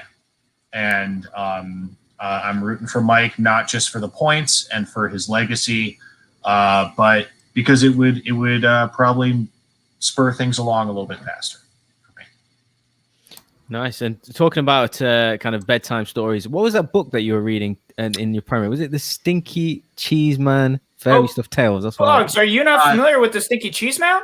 I saw that book and I got some nostalgia flashbacks. Same. Never seen it. Yeah, be released here or something. I thought that would set off some radars. I was excited because I grew up with that book. I'm a big fan of nonsense and absurdist humor in general, and that book was one of the reasons I got into that at a young age. And it's specifically the Stinky Cheese Man and other fairly stupid tales. And it's just a lot of really sardonic twists on classic fairy tales that are incredibly clever, accessible for kids, fun for the adults to read. But it just felt like a good opportunity to, put that out there for people of a certain generation who grew up reading that book, and obviously people noticed it. And it was also just a fun way to make a juvenile dig at Bateman, because I've met the guy twice, and I'll tell you guys on this show this one time, the guy doesn't actually smell bad. But I had to make jokes because, what am I supposed to do? He's handsome. He's talented. He's like, I'm good at the Schmoedown. I can play music. I get it. He's really cool. So, I have to just, go for, low blows that make no sense. You smell like lima beans. You're the Stinky Cheese Man. It's fun. It reminds me of being at recess. Sure. One of them might land. You never know. They don't have Stinky Cheese Man? Not as far as I'm aware, unless I've missed it or something. Apparently, all they have in the UK is just birds. That's what we've learned. So it's all just birds. Yeah, and biscuits and tea and that kind of stuff. Yeah. You look like a buttered up goose, bruv. That's what they say. Sure. Buttered up goose is the equivalent of Stinky Cheese Man, I think. Possibly. Yeah. Who knows? Thank you for the innocent, Bugs. So just reviewing this round, Adam, that nearly gone perfect. You and Marisol, you did both, and of course Ben did miss the quick change. Who directed quick change? Of course, with Bill Murray. All our different guesses. Good question. It was a good question, and I have since secured a copy of that film from my local library, and I will be watching it probably this weekend. So I'm excited to finally see that movie. But that was a clean miss. I legit didn't know it at the time. Yeah, I've never even heard of it. So yeah, I mean, it was a bit of that's another thing I haven't heard of. There's a few things I missed in this match. So, but yeah, overall, really strong round. They did get first blood, as you said. And then I did find it interesting, or very interesting. I find it every time when it happens to Corruption, where that teams defer to you guys, especially when it comes to you, Marisol, Chance, and Mike. You guys, it's clear that you guys like going first. I just find it really interesting that they've done that. And the shots, Shannon's taking, he's an opportunist. And then, you guys sticking on James Stewart.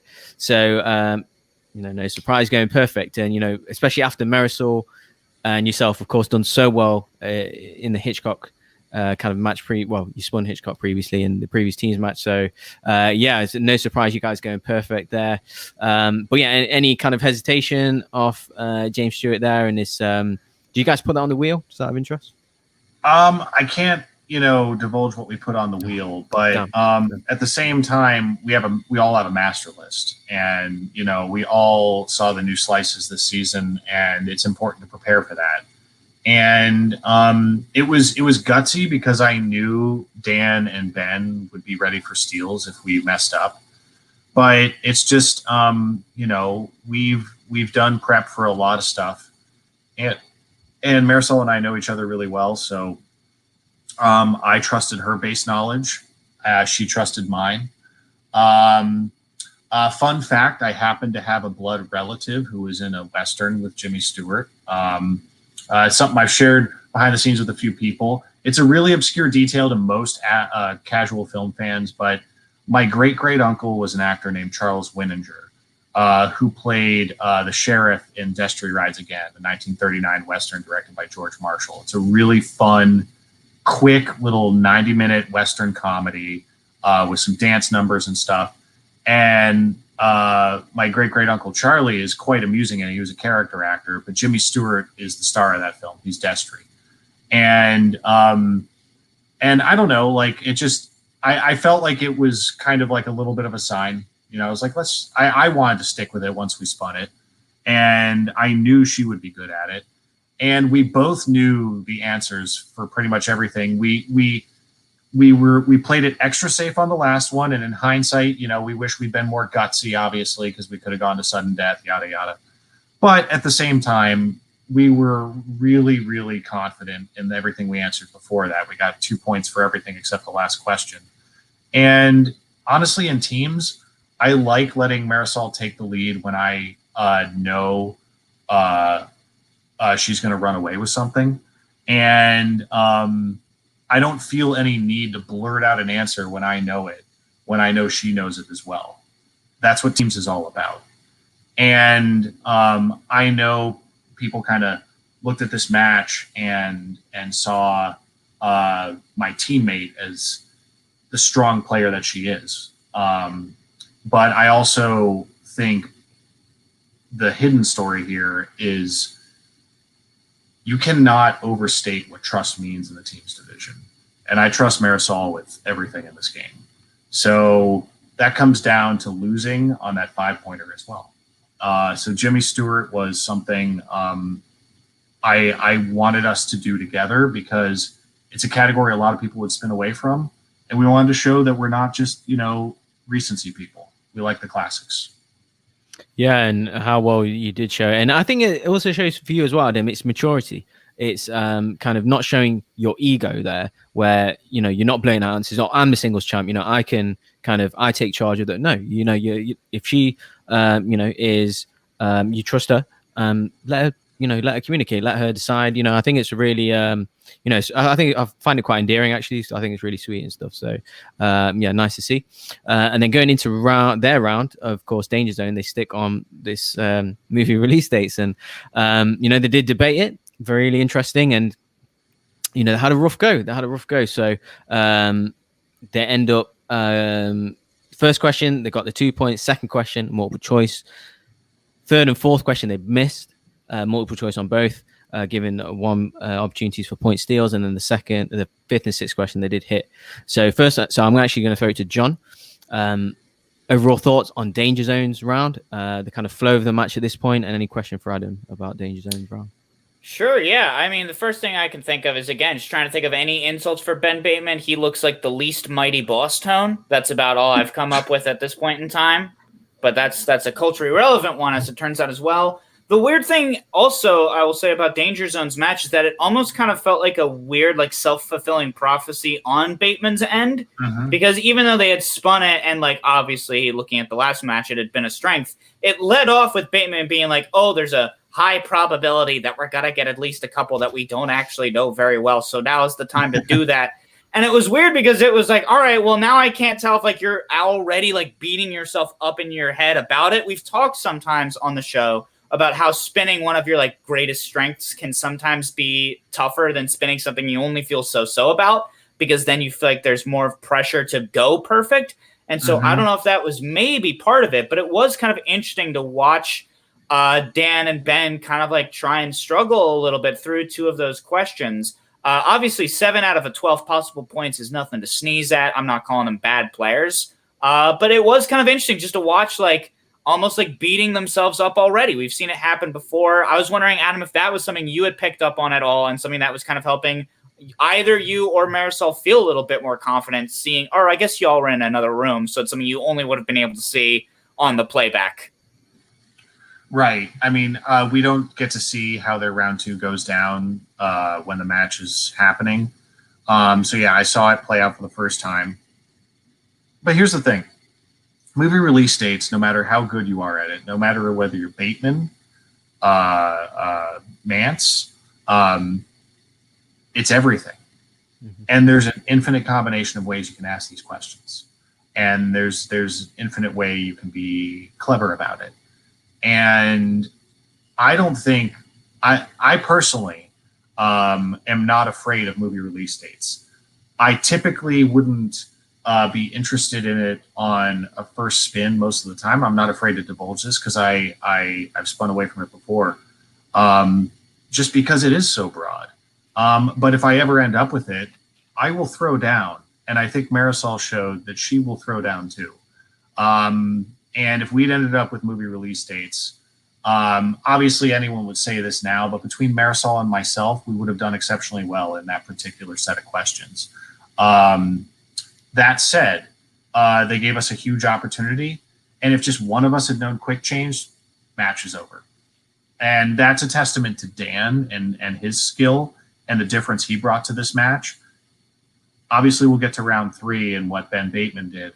But Dan going perfect in round 1 was one of the deciding factors of the match. And if just one of us had seen quick change or heard of it, deception wins. Because that's 2 points. We both knew underdog. That was no issue. Quick change was the tricky one in round 1.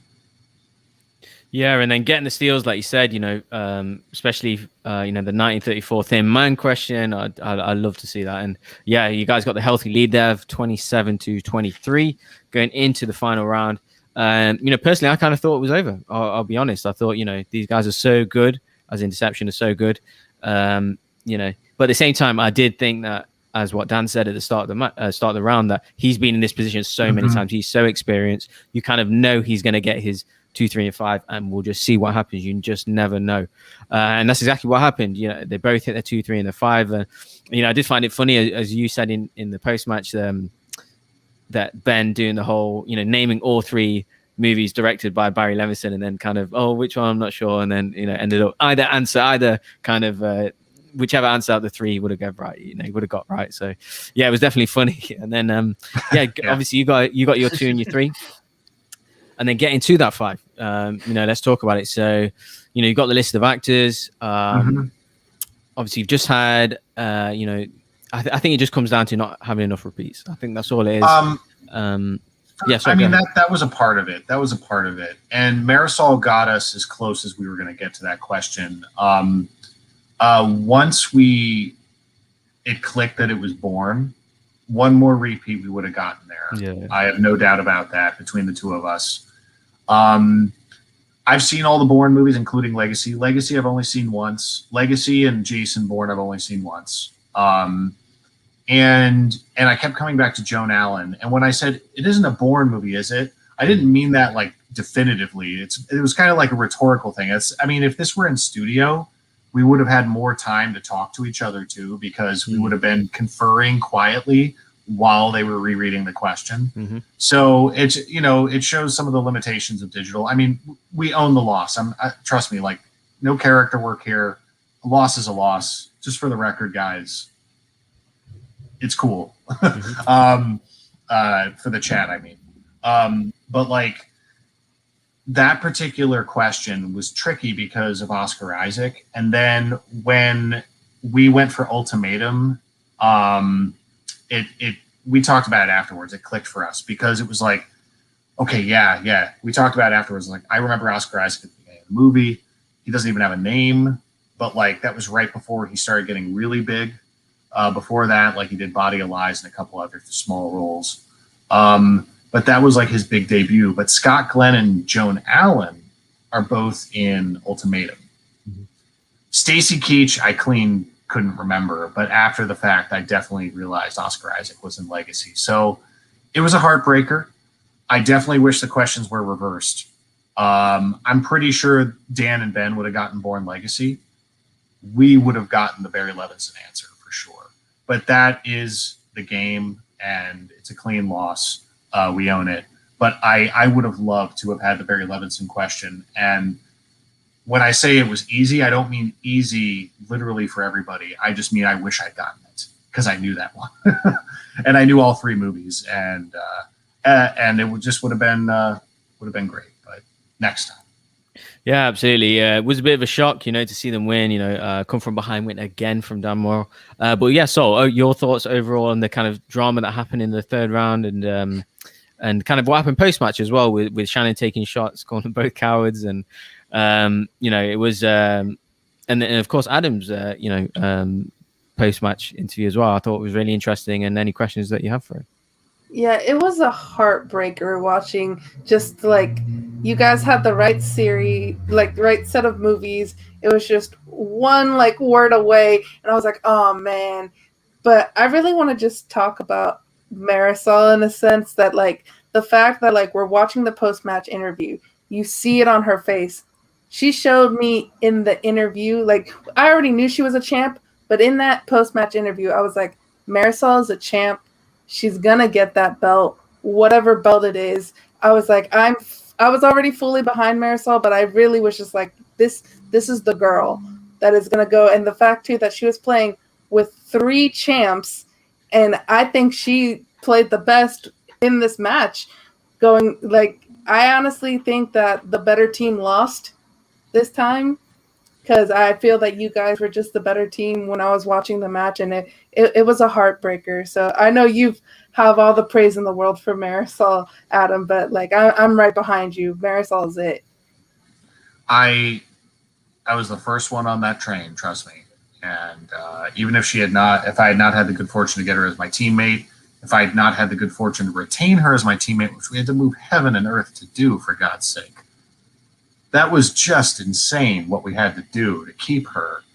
And everyone's like, I love the deliberation. It's like, oh man, like talking about her like she's some commodity. And I'm like, she's our friend and we care about her. And she and I worked really hard on becoming a team, and we want to build on that legacy. We don't want to get split up and paired with veterans because that's what keeps happening. And we would both do fine with other teammates, but it wouldn't be the same. Like, and never say never, because the teams division constantly is splitting people up and putting them with other people, and we got to be prepared for anything. But we fought so hard to stay a team, and it sucks to have lost, but we're only playing in these really stacked tournaments, and we're losing against championship people. I mean, our only losses, me and Marisol, are to champions. Oyama, Snyder and Draco, Dan, Bateman. That's it. Those are the only people we've lost to. So people can nitpick us missing 5s and all these other things, but we know we're contenders no matter what. And I knew that about Marisol from the moment I did a study session with her and realized how much she knew. So we have a lot we still have to prove, but we're ready to do it as soon as we get the opportunity. To be honest, Adam, I was probably one of them. The people that you're referring to, not talking like she's a commodity, but I was saying she's got to prove it, like prove that she's worth all this kind of at the start of the season. Mm-hmm. Hold my hands up. She's absolutely proved that. She was the only kind of non-champion playing, not non-former champion or current champion playing that match. And, she's absolutely proved her worth. And seeing the kind of, get nearly getting emotional at the end and, how rough it was. But as you said, although, you have lost against these odd matches, you do have plenty of wins, and there's nothing wrong with losing matches. It is the game, right? Mm-hmm. Sometimes you're going to win, sometimes you're going to lose. It's just not your time right now, but maybe later on the season, maybe another time it might be. So yeah, it's I can see you guys took it hard in the promos. I hope kind of you shook that off because you guys are absolutely outstanding. And like you said, even in the post match, I mean, you have commented on it. I believe that, thoroughly entertaining you were in the post-match. Your pre-match stuff is fantastic. Now the character stuff, you've really come on leaps and bounds with that as This well. guy Obviously, is a big help. I'm telling you. Right. This guy's been amazing this season. Yeah. He's, and whether I win or lose, he's a good luck charm. And you might see more of these guys floating around the faction throughout the season. So keep your eyes peeled. I just hope they're all going to be allowed on planes when you're able to finally come out to LA for some live matches. Yes. Right. Absolutely. But you played. This wasn't the only match you played though this week. You did play another match. I'm so Johnny- glad we talked about the teams match first. I really am. Well, we end with a high, right? So Yes, thank you. Yeah, John. We've got a horror match to talk about. That's right. Nothing but good times coming to us from the creator of the ultimate good times feelings show, Invincible. We have, of course, the horror exhibition match to talk about. You talked about it a lot in this match, as did both VideoDrew and William Bibbiani. Y'all want this horror division specifically in the Schmoedown. And after looking at a match like this, it's hard to argue against its reason for existence. Obviously, a little bit of a weirder format. I could see that all three of y'all were kind of thrown for a loop specifically in round two. Random stuff in this match. A lot of random ones. Also, only 3 questions per competitor. I thought that was kind of an odd choice as well. But, I mean, y'all put on a great show regardless. What was it like just being able to hop into something as different as this? Obviously, you've done the horror free-for-all previously, but, something that is really just kind of its own specific niche like this match. How was it just competing in something a little different? Oh God, a horror division. I mean, I would be over the moon. This match was a total blast. I really wish it had been worth points, even a point, just one, please. Give me something here, but it wasn't. It's fine. Even though we got Robert Kirkman to call the match, no big deal. But seriously, this was so much fun. This is exactly what I needed. It happened to take place on the schedule after we had already recorded our teams match. So it was a great way for me to kind of shake that off and just throw myself into my favorite genre. I knew I put a big target on my back last year when I did that horror free-for-all and Bibbs didn't play. I was like, God damn it. I was like, why wasn't he in it? Why? And that's all anyone talked about. Even though Hoik was nearly perfect in that match, and I think Hoik could take me or Bibbs on any given day in horror. Hoik is the unsung genius of the Schmoedown, whose record does not reflect his encyclopedic knowledge. That the things he knows are humbling. I'll just tell you right now. That said, I had the good fortune to come out on top in that free-for-all, and I was thrilled because I love horror so much. And it's really the genre that endeared me to cinema at a very young age. And even horror adjacent aspects of films from other genres are what I gravitate towards so much. So when Bibbs called me out, I was like, okay. The thing that was funny about that, too, is because I've been a fan of Bibbs for a long time. Before I ever played in the Schmoedown, I've listened to Critically Acclaimed for about 3 years. I've been a patron of his. And there's pictures of me at live events in a Still Standing shirt. I like Bibbs. But now that I'm in the arena and I'm a competitor and I've gotten to a point where he and I are actually competing with each other, I can separate that from the rivalry. And I really enjoy the rivalry because having a rivalry with someone like Bibbs, let alone in his favorite genre, I mean, how can I not be excited about that? It's really exciting. I love horror movies so much. He loves them so much. VideoDrew loves them so much. And to do this match together, I think we all showed our passion and why a horror division could be successful. And I think it's also kind of an unofficial division already, even though it doesn't earn us a lot of points. Yeah, I think that's very fair. I mean, you can't deny that y'all put on a show regardless of whether or not the faction standings will showcase that. We all still got to have a delightful time in the twisted minds of the Hammer people, which I got to be honest, the first time, now I understand now, but at first I was like, all right, which slasher had a hammer? I know Michael Myers had a knife. I know Jason who had Well, Michael Myers did kill somebody with a hammer in Halloween 2. Why wasn't that a question? Now I'm extra confused. Yeah, he kills a security guard with the claw end of a hammer. It's pretty brutal in Halloween 2. There you The go. original Halloween 2. Of course. Not upcoming. Now we have to differentiate that. We also have to like differentiate years from movies because of all the remakes or like live action. There's Halloween 2, the original, directed by Rick Rosenthal, and then there's Rob Zombie's Halloween 2, and then there's the reboot Halloween, which is technically Halloween 2 too. Yeah. When are we just going to get a Halloween H2O? We just need at least one of those in every franchise. Just one H2O movie. I'm ready for H2O 2 with its own separate like Kelvin timeline that's tied into Star Trek. Oh my Let's God. do it. Oh, I'm so excited. We get a whole division for that movie specifically.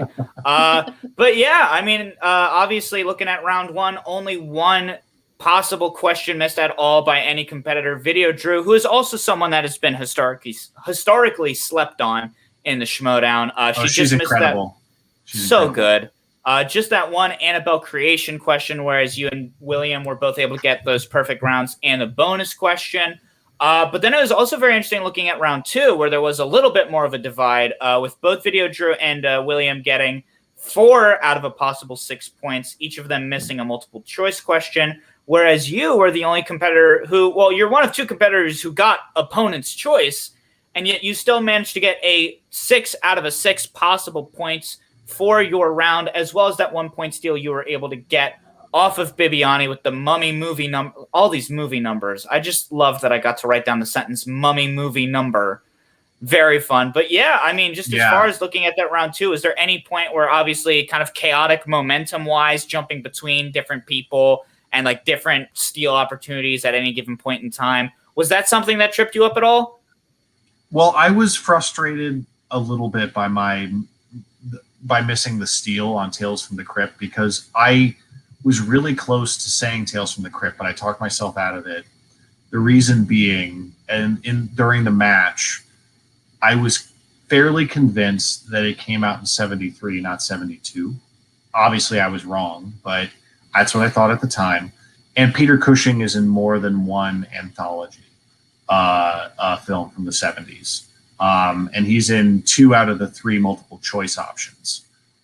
So the multiple choice options were stellar. So Peter Cushing is in he's in 3 out of 4 of the multiple choice options is what I meant to say. So the multiple choice options were crazy on that. So I missed that. I was frustrated. I was like, and that's why I said I knew Joan Collins was in Tales from the Crypt. I need to go back and watch the original film, obviously. But Bibbs was like, okay, I got this one. And then when they gave me opponents, I wasn't terribly worried because it's horror. So it's like, you give me any subgenre on horror, I'll do it. I said in the post-match, I prefer not family, not because I think I'd suck, but just because it's not as fun to answer that in a horror match. It's not, frankly. But you kind of have to put it in there, kind of like Transformers and IG. So that said, I was really happy to dunk on my questions. And the hardest of my 3 questions was the last one, which I know because I love, even though the Exorcist franchise has more bad films than good, there's only 2 good ones really. I know that franchise inside and out. It's what got me my elimination in Sudden Death and the Horror Free-for-All, because I knew who directed Exorcist at the beginning. And it's what got me my perfect round in this, because I knew it was John Borman, who is best known for directing Deliverance, which is a much better film than Exorcist 2, The Heretic. So, but anyway, I was really proud. John Borman, in my opinion, was the deepest cut question I had to answer the whole match, but I was really proud to get it without multiple choice. There you go. Yeah, I mean, this was a very fun match to watch back and forth again, kind of like you were talking about with the family horror. Obviously, we'll have to wait another day for all of those deep cut Monster House questions. Oh, lovely. Yes. But the best work ever. The movie looks like a PS3 cutscene. But yeah, then just kind of getting into round 3. So I want to hop it over to you. Obviously, with that score of Collins, 18, VideoDrew 14, and Bibbiani 16. The pressure was put on VideoDrew and Bibbiani, obviously, just kind of being behind. But what were your thoughts so far? And in your mind, were you already kind of like, oh, Collins has this zipped up? Or were you like, oh, VideoDrew or Bibbiani could easily make a comeback on this? Yeah, 2 points, 4 points. We've seen just from the match we talked about previously, going into round 3, anything can happen. So I was like, it's not over yet. But I also expected, I was like, Colin knows that Adam Collins just knows that it's not up yet. So he's going to do well as well. So it was pretty much just like, okay, let's see what happens. Let's see if he gets his 2, 3, and 5. Because if he does, he's winning this match. And that's ends up what happened. And I think too, like as someone who's not a horror fan, and I think Boggs as well, not a horror fan, I was like, this is a super interesting match. I had a lot of fun watching it, and I was like, okay, maybe I need to watch like a few horror movies so that way I know some of the answers because I like to play along. So my very important question, as a non-horror person, I'm a full-on scaredy cat. I will admit it. What horror movie should I watch first? I think you should do something, that's not terribly traumatic. Something on the PG-13 level, or something. I think the Conjuring films are good for most. Well, here's the thing. Hear me out. Here's the thing. I think the Conjuring films walk a line between believability and cinema. They're based on true stories, but it's pretty self-explanatory when we're watching them that it's not literal. And they have a lot of fun spook house moments, those movies. And I think you can walk away from the Conjuring films and not be traumatized. I think not just the first, but all 3 Poltergeist films are a lot of fun. Everyone talks about the first, which is a bona fide classic. It is fantastic.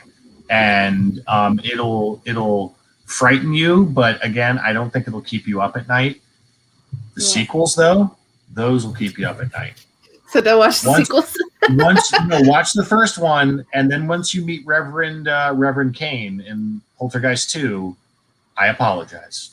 Okay. Oh dear. Well, at least you apologized. But yeah, I mean, I could get carried away with recommendations, so I'll stop there. Yeah, well, and certainly one thing you didn't stop at was getting right answers. You only wound up having to go to your 2 and your 3. Same with Bibbiani. It was interesting. Obviously, VideoDrew got eliminated first, though she wound up in second place as far as points go. With Bibbiani just missing his 3-pointer. I didn't write down what it was, but I know it was the one where it's like he had the 3 cast members, and it's just that one of trying to put it all together. I don't know if you know it offhand. His 5-pointer? Yeah. But yeah, it was just his 3-pointer. Well, his 3-pointer he got. His 3-pointer was impressive. Oh, so VHS 2. I am wrong. My mistake. Because that was classic PJ with the sequel question, and Bibbiani was right there. But I also was not surprised because I was like, he's gonna get VHS 2 because he loves VHS 2. I've heard his podcasts. Like he really loves VHS 2, and so do I. But his 5-pointer, that was rough. I would have missed his 5-pointer. Just to be fair, interesting. I'm not gonna sit here and be like, oh yeah, I would have figured it out. No, the cast members that they gave him were tough. I would have needed Terry O'Quinn, and that's how I would have known the stuff. I've seen that movie, but all the actors they listed, actors and actresses, were not ones you'd pull on any given day. I was a little surprised he didn't use his repeats to at least maybe try a little to think about it longer. But even if I had, 5 minutes to think about that, it would have taken a while to get to the stepfather with those names. It was tough. Absolutely. Oh, and we have a comment here from Marisol. Your teammate Adam praises others' encyclopedic knowledge of horror, but it's obscene how much I've learned about the genre just working with him. Okay, I'm blessed. Humble as ever, Adam. Always appreciate that. Boggs, any last final thoughts you have about this horror exhibition match as I pull something out from my closet real quick? No, just overall, yeah, just, 2 kind of horror free-for-all, now a horror exhibition match, back-to-back wins in it. Yeah, I was a bit good for you don't get a point for it or something, so should at least get a prize or a belt or a t-shirt or something, right? It should be something, some acknowledgement. Bibs, VideoDrew, and I are thinking about how amazing that horror championship belt would look. Yeah, with all the icons on it, like they have with IG, because the IG belt is beautiful. with all the geek Yeah. stuff on it. I want a horror version of that belt. Interesting. There you go. This is what I had to pull out. My personal favorite horror movie is, of course, the comedy horror film Dude Bro Party Massacre 3. It is my all-time favorite movie. I don't know how many other people in the world have seen it, but it's a delight. Is that technically the first movie in that franchise? Because I feel it like fully is. Yeah, I had a feeling. Feeling. It's so good. Is it one that you recommend for Soul? Or? I haven't had the pleasure of seeing it myself, so I'll leave that to him. If it helps, it will almost certainly never get asked about in any single Schmoedown match. Okay. That one's just for us. That's just for the people watching now. Well, speaking of the people watching now, thank you all so much for watching. And there are even a couple of you that have some questions. Bryant, you keep asking it. You don't have to worry. We're going to ask it. Adam Collins, this is probably the most pressing question you'll ever get in any Schmoedown talk show format. What is your favorite Pokemon? Yes. This is, well, Marisol covered it last week. She is a much bigger Pokemon fan than me. She plays Pokemon Go. Sorry for outing you, Marisol. She is. You think she's scary in the Schmoedown? See what she does with Pokemon Go. She is crazy good at that, from what she tells me. So I would say offhand, I've always been fascinated with Snorlax.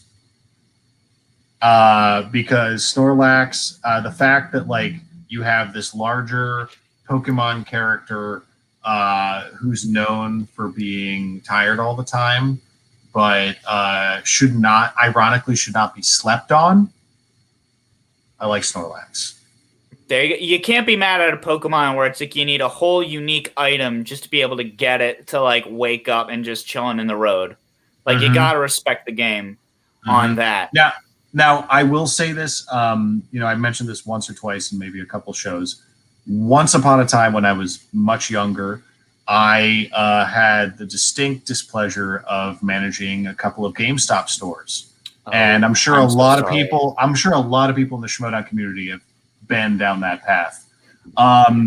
So that was a lot of my base knowledge in Pokemon, but I was never as passionate about it, admittedly. So I just want to be clear, I can't claim to hang with hardcore Pokemon fans. Fair enough. I'm sure Bryant will love you all the same. Soul, I believe we have a couple other questions from the Discord, John Rocha's Discord, which you can become a part of after you join up on the Patreon. Soul, what are the questions that the people have? So we got from Jeremy Miller going, what is the most underrated horror movie that you love? Underrated. Put it away, John.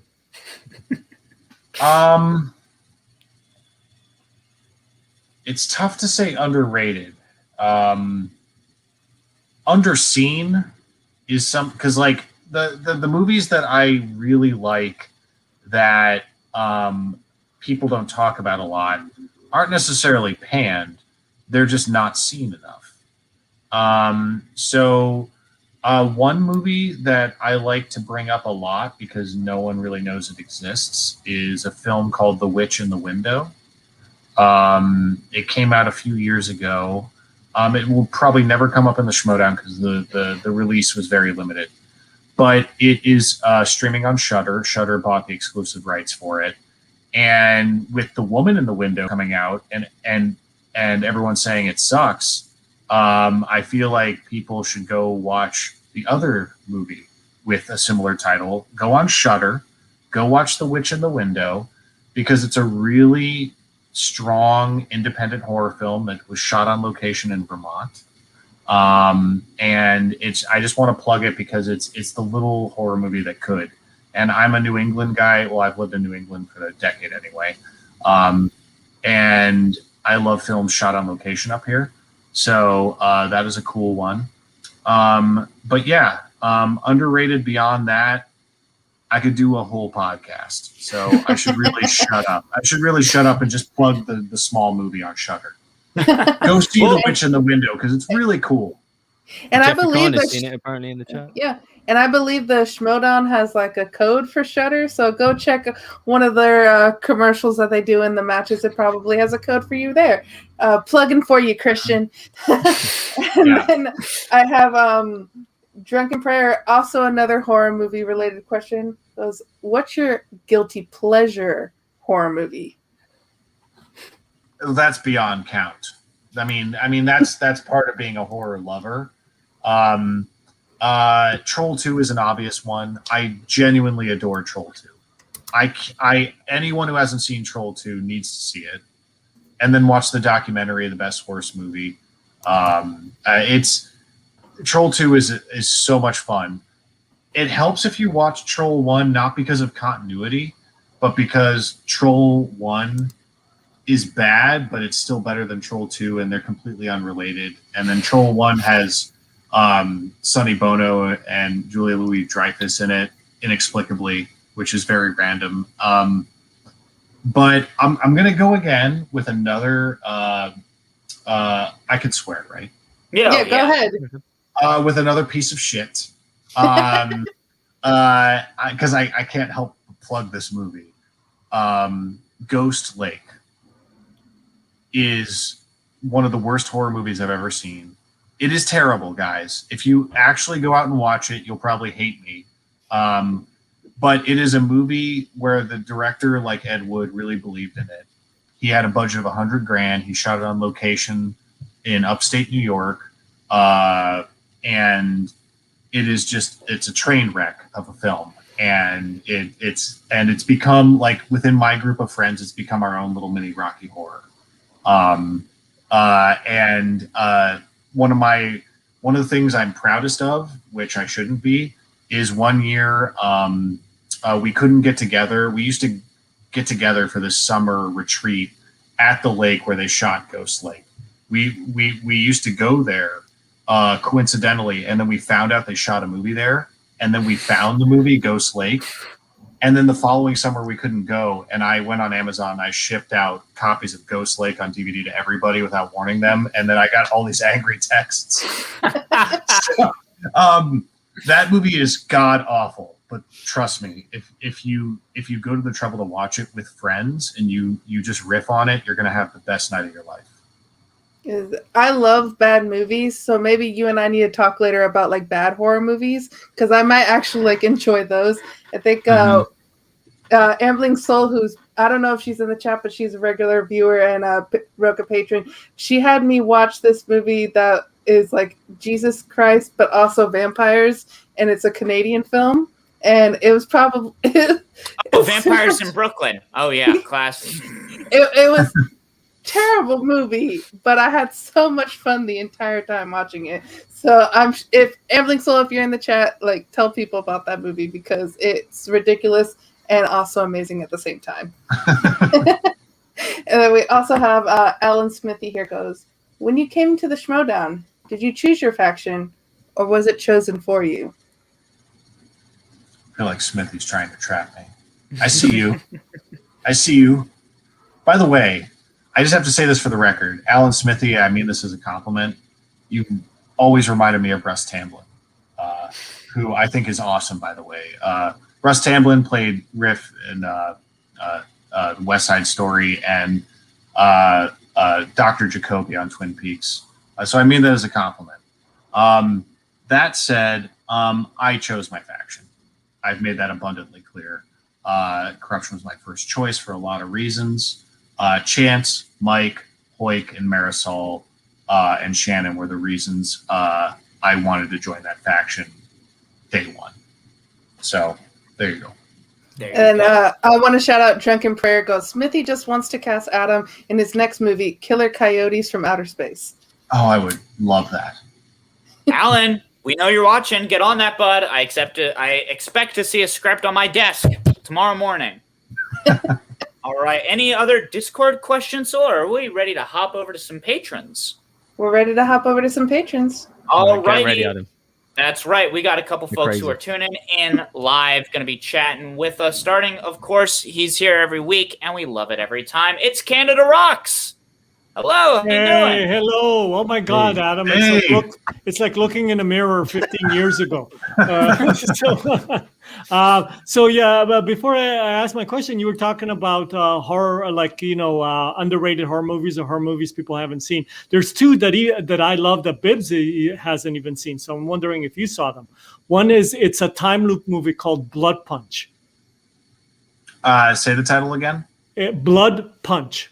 Blood Punch. Yeah, and it's a time loop movie. Okay. Oh wow, okay. So Bibbs that and I one's- are on equal footing there. Okay. Okay, it's a New Zealand movie. I would look it up. It's fantastic. It's All right. got like I forget which iteration of the Mighty Morphin Power Rangers or a bunch of the people in the cast, but they're actually quite good. The one where they were all from New Zealand, and then the other one is a little Canadian movie called Radius. I've heard of Radius. It's the one, and the basic premise is a guy. Anyone comes within 50 feet of him instantly dies, and it's absolutely fantastic. This is why we love having you around, Canada Rocks. This is why we Right. love having you around. Why, thank you. Actually, so my question is: last week, or was it a couple of weeks ago, Robert Parker was on, and he talked about how his loss, the big loss he had last year, actually was a bit freeing because it took a lot of pressure off of him, right? Because he was able to relax afterwards. I'm not sure your loss against Dan, did it do that, or is it actually doing the opposite? Like, what is it that loss against Dan did? It's a double-edged sword because obviously we all want to win. I wanted to defend that title all year. That would have been great. But at the same time, I have the good fortune of having beaten Dan at least once. So, and I've only lost in singles to Dan Murrell. I can live with that for now. I can live with that.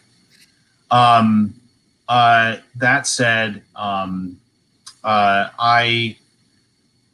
I am eager to get back into the mix, but it's time for me to take a little bit of a break and put my full weight behind my teammates.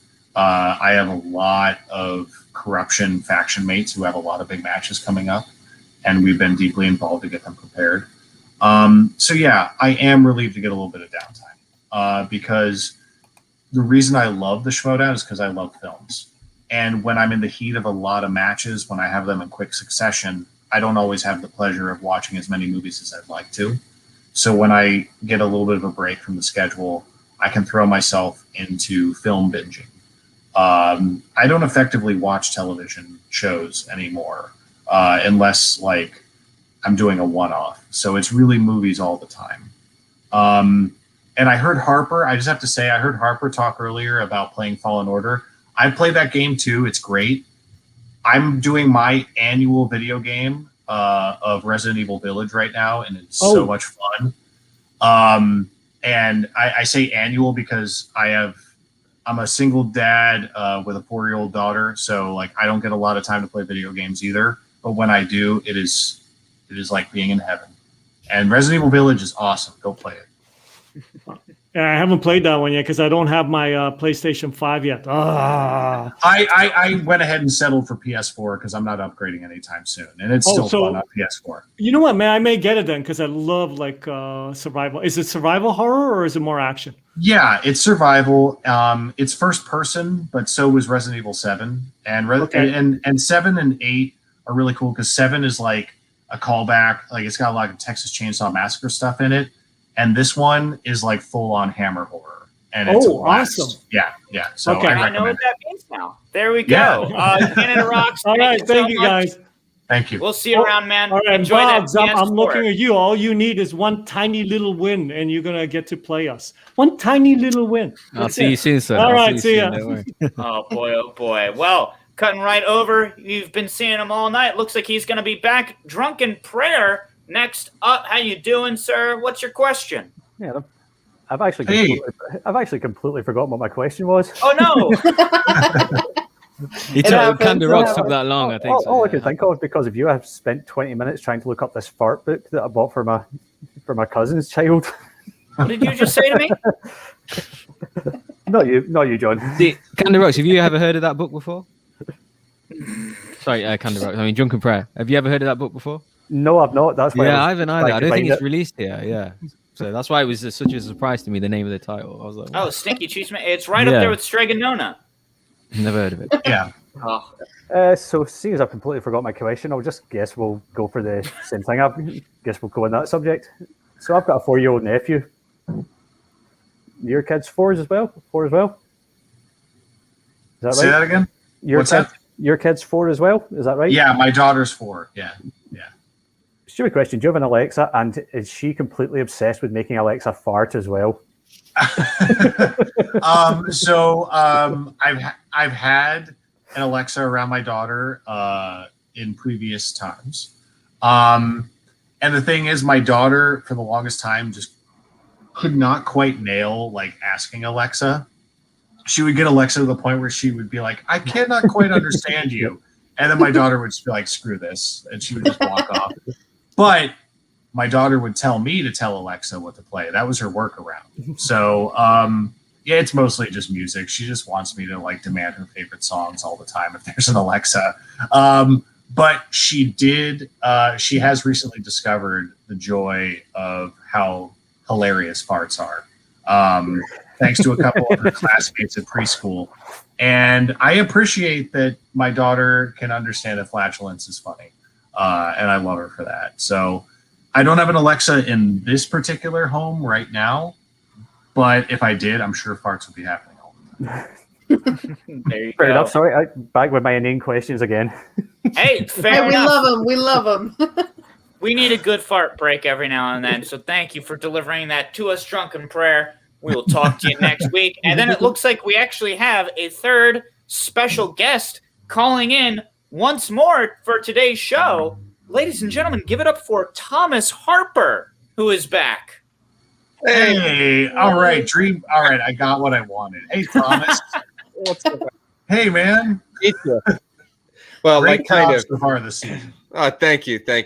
I've been a fan of yours for a while, so it's good Thank to. you. I guess we kind of met in a combine pre-draft, but this is a much different vibe, which is good. Yeah. You guys were going through it during the draft, so I feel for you. Yeah, it's great to meet you. I've been backstage, sort of just listening to everything. I have no fart commentary, but All right, get him out of here. Your daughter's not into farts yet? I got so my oldest is about to turn 3, and we got a note from daycare that said, whoever taught her the word fart, maybe if we could find another word to call that, because it's being taught around the toddler room. So That's what happened at my daughter's preschool too. It's like, and I laugh, but I have to discourage it. yeah. Well, I tried to I tried to explain the next morning to the person that when we dropped them off. I was like, well, I call it a squirrel fart, and they were like, really? It's just if you could just pick anything else. It's like as if that made a difference. I don't know if anyone else heard this growing up. This is a euphemism from my dad's time, but I tell her it's the barking spiders. And she likes that. There you go. Fair enough. I hope they put that in Spider-Man No Way Home. Some of the barking spiders. And then that becomes an IG question that's a 5-pointer the next year. Oh, please. When J. Jonah Jameson attacked the barking spiders, what color tie was he wearing? That decides the belt. It's just down to that. It's only fair. Please. Yeah. But yeah, no, it's great to meet you. I appreciate we had a back and forth yesterday about I think you and I have some shared experiences as 100% real humans who don't need maintenance or software upgrades at all. And I really appreciate, for those that didn't catch it, I posted a couple of the drudgier comments from the YouTube feed, which I just thought were funny. But Adam comes in and has some really kind words to say about the whole thing. And certainly your experience is much, much, much deeper than mine in the Schmoedown. So you've lived with this for a while, but that made a difference. It certainly helped me sort of kind of twist the Rubik's Cube and see it in a different way. And I appreciate that. Well, I thank, yeah. No, I appreciate it as well, Thomas. And I you're one of the reasons why I am delaying my debut in the Star Wars division. I've made no secret. I love the franchise, and 2 years ago, I would have been like a rock solid contender in Star Wars. But now, thanks to people like you, I'm like, I'm going to take a minute. Let these guys play. Let's put this match right here: Star Wars, Thomas versus Adam. No. Let's honestly. I think I am holding out, and I don't want to put any pressure on Harper, but I am holding out for him to maybe sneak his way into singles or teams because he has like dropped some like knowledge on movies and conversation on the shows. I'm like, he watches stuff other than Star Wars, guys. I want to see a real narrow. I'm just saying. Or horror. Thomas, if you like horror. Yeah, we'll see if. Don't hold your breath on singles. I think if you saw any of my play-alongs with my wife, she just obliterates me in singles. It's just like, watching a little dinghy get hit by a battleship. And the FCL is the best thing that's ever happened to me for singles because I get really entertained because I can keep up, and it's it's a good lift me up, a good pick me up for that. So I'm sure Adam watches the FCL and he's like, what is this? I can do these in my sleep while in a coma, much less. Well, I could go for a few of their 5-pointers. That'd be nice. But at the same time, I am so glad it exists, and I'm glad that they're trying out some Star Wars stuff. They're trying out Mandalorian. Harper, I'm sorry if this alienates you, but I am one of the people who's like, yes, I do want the Ewok movies in there. I do. I say I will die on the hill multiple times, however long it takes to expand the division. I mean, you want to rebalance the competition, expand it out, and I won't go down the rabbit hole, but we've already got one of the 12 movies that's just a movie in name only because it needed a publicity theatrical release. It's just 3 episodes of a TV show and 11 movies that we cover. So. We're already there, much less the kind of questions that get asked, just completely off the film that we have to come up with. So I'm completely for that. I've not studied the Ewoks movies, but I think that'd be answer a few questions about Goraxes and the like. That'd be a lot of fun. God, I am holding out for a Gorax. I wanted a Gorax to be a hidden boss in the Fallen Order game, and I was so disappointed. Would have just run the other way. Like, I'm out. But seriously, I've had to catch up with the Star Wars matches kind of all at once. But now that I'm kind of all caught up, it's been amazing. You've been living up to the hype. And just keep doing what you're doing, man, and never say never about another division. Because look at Alex Damon. That's true. Although Alex is on another, he may be built by Cyberdyne Systems. I don't know if we've gotten confirmation one way or the other on that one, but I would not be surprised if that's the result there. But yeah, he there's a reason that he is. I'm racking my brain to think of anybody else that has started in Star Wars and successfully as he has made the switch over to any other division. And particularly, I'm just blown away by the work that you guys do and the competition and challenge that you guys face with just a limitless pool. But even IG, it's 296 movies right now, and I'm sitting here sweating over 12, and it's just insane to me, the stuff that you have to pull. So we'll see. I have just a blast and a lot of fun doing all this, and I'm sure you're the same way, Adam. And I don't know, maybe an exhibition match, or throw me into a free-for-all and watch me struggle to tread water. It might be fun sometime. Well, for what it's worth, man, my debut match ever in the Schmoedown, one of the answers I got right was Kajimi.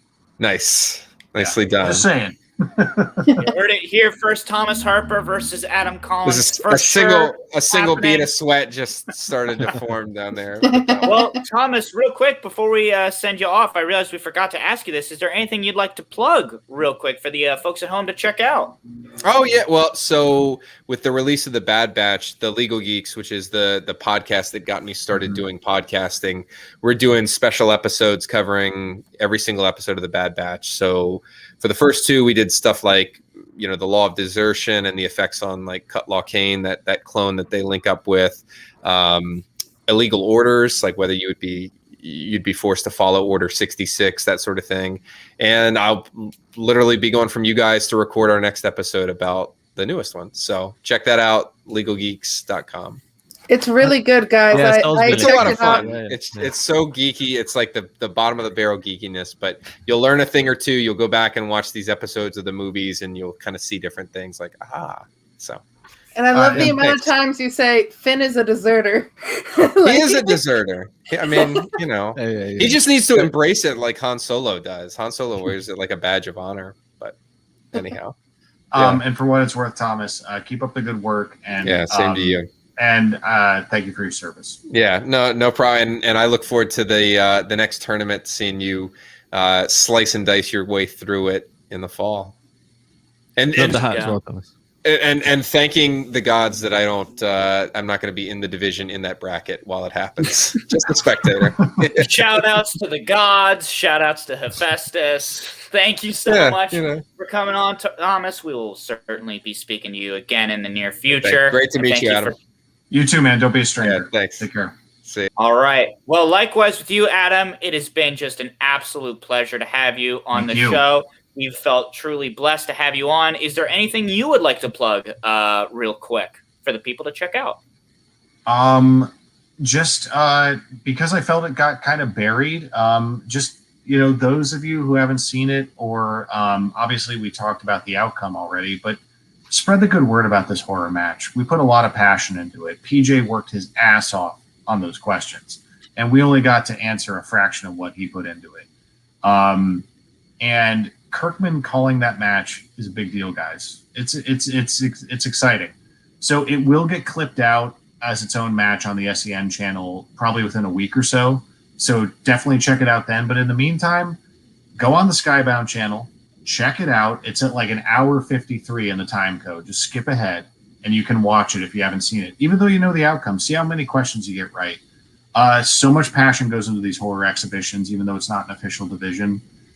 Even if it never becomes a division, there are those of us in the Schmoedown who will support it to the end of time. So, and then tune in next weekend when my teammate Lady Justice gets one step closer to the title and Mike gets his IG title back. That's what I'm plugging. I'm plugging my faction on May 21st. So, yeah, it's going to be a big week coming up. And then we love to ask competitors on this. If you don't have anything to say, that's quite all right. But we always love to ask competitors. If you have any final words for anybody else in the Schmoedown, any sort of promo you feel like you got to get off of your chest, anything you have to say, regardless of whether it's smack talk, just praise for the game, whatever it may be, the floor is entirely yours.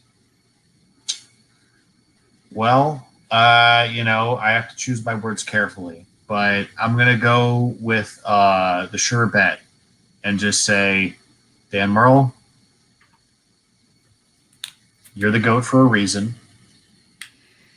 And it is to your benefit that I am on the sidelines for a little bit. Play your matches, but what's going to happen most likely is my teammate will win the title from you. And that's no slight against you, sir. But just look at how she's been playing. I'm just saying. I would love to play you for a number one contender shot to play Lady Justice for the title. And second to that, I'd love to play it for the title again. But playing you is when I'm at my best, and I can't wait to play you again. And thanks for having me on All My Movies. Go watch All My Movies. Twister. It's a great episode. Dan and I had a blast lowering our guard. I know that's not very edgy to end it on, but just go watch All My Movies Twister. It's great. I had so much fun. There you go. You can't go wrong with a lovely plug for a great show with two wonderful people on. Adam, I can't say enough. Thank you so much, Bogsoul. Also, I'll let you say thank you as well. And you better say thank you. Thank you so much. What's up? Thank you, guys. Who's that on your shoulder there? I don't know what you mean. His name is Clovis. There Yeah. you Clovis. go. Everybody go follow Clovis on Twitter and Instagram as well. Yes, Yes. I'll work on getting him social media. We'll get there. There we go. He's an Instagram star in the making, I can already tell. Thank you so much for being on. We will let you get back to your day. You have a wonderful rest of your night, good sir. And again, thank you so much for coming on. Thanks. And tell Rocha I said hi. Will do. Will will do, do. sir. Have a good night, guys. You too, man. Oh, my gosh. I mean, what else can you say? Well, what I guess I'll tell you. What else we can say is, hey, we've got 5 matches coming up. If you thought today's show was a little long, oh boy, we're in for a hoot next week. I just keep saying it because I know we'll get the emails about it. But yeah, it's going to be a great week. I don't know really how much we have to say about these rankings as far as our picks, other than I'm losing and then what? Boggs is winning, probably. He's got the face of a winner. So John and Winning Les smile, with- John. Yeah. John and Les with 24 points. Colin and myself the next up with 27. And then Boggs and Sean tied for first at 32 points. Well, there we go. It sounds like I'm going to have to cut over to Sean. First off, just popping in, I'm throwing you right into the den, talking about the matches, starting with Marie Wilson of the Usual Suspects going up against Gold Leader from the Finstock Exchange. Sean, who do you have winning this match? I mean, I think Wilson has been. I mean, we talked to her before she got drafted, and since then, so I think she's going to be a force. It wouldn't surprise me if she ends up winning this thing and eventually playing Demelanta for the belt. So I mean, or Thomas, one of the two of them. So I'm just going to pick Wilson. There you go. And Colin Morris, sending in his picks, also picked Marie Wilson to win. Soul, who do you have winning this? I also picked Marie Wilson. There you go. Boggs, what say you? I love the way Gold Leader played against Lacey. You know, I think he went perfect as well. So yeah, really impressive. But I'm also going to go Marie. Yeah, I think she's you know, the reigning Dragon Con kind of champ and stuff. So yeah, she's been on the show loads of times as well. So yeah, I'll pick her for that reason. There you go. Hey, you might as well call this episode the final scene in The Last Jedi because this is a sweep. Someone brought out the broom. I'm also going to go with Marie Wilson. We're definitely in for a good match, no slight against Gold Leader. He could pull off the upset easily, but I think all of us agree that it's more likely to be Marie walking away with the W this time around. Next up, we have Danger Zone versus Rushmore. Oh boy, the finals of the teams tournaments, they're already upon us, and it is intense. We've got JTE, John Rocha, Dan Murrell, and Ben Bateman all in the same match. It's going to be intense. Soul, who do you have winning this one? I'm about to break my own heart here. Swag can't possibly lose this one, so I don't know what you mean. Yeah. Exactly. I'm going Danger Zone. There you go. Boggs, what about you? I don't know, man. 4 sexy players. Well, they pick sexy numbers. Schmoedown players. Well, they can't if Rockstars aren't playing. But I don't know, man. It's great stories, great tension, rivalry. You know, I'd say Rushmore are probably the favorites going into it, in my opinion, based on form and purely really how JTE's been playing. But I just think Dan and Ben just find a way to win. And I really want Rushmore to win, but I think Danger Zone are going to win. They find a way, and I think it's going to be their tournament to lose, yeah. There you go. Fair enough. Colin also calling it for Danger Zone. Sean, what about you? Who do you think is going to win? It's tough. I mean, I think this is going to be a toss-up, to be honest. Yeah, but sure. I might just have to go with Boggs and Soul. I might just have to pick Danger Zone. I'm sorry. Whoa. Pick something different, any shy, Sean. No, This was it. You don't want to give up the lead. That's all. I just think that it could go either way. So it's hard to pick against Rocha and JT because they've been playing so well. But then so is Danger Zone. So yeah. Saul's asking in the chat what day is the tournament final, just to confirm. Is it the Thursday? I think it's the 21st. Oh no, it's the Friday. It's the Friday, right? Yes, it is the yes, Friday it is before the the pay-per-view. Yeah. it is. Oh, did I get my order mixed up in my? Yes. It's fine. It's fine. I mean, we still got to pick it either way. It's fine. Well, I'm going to cause a little bit more havoc because I feel like this one should not be a sweep all the way around. We're on the Outlaws channel, doggone it.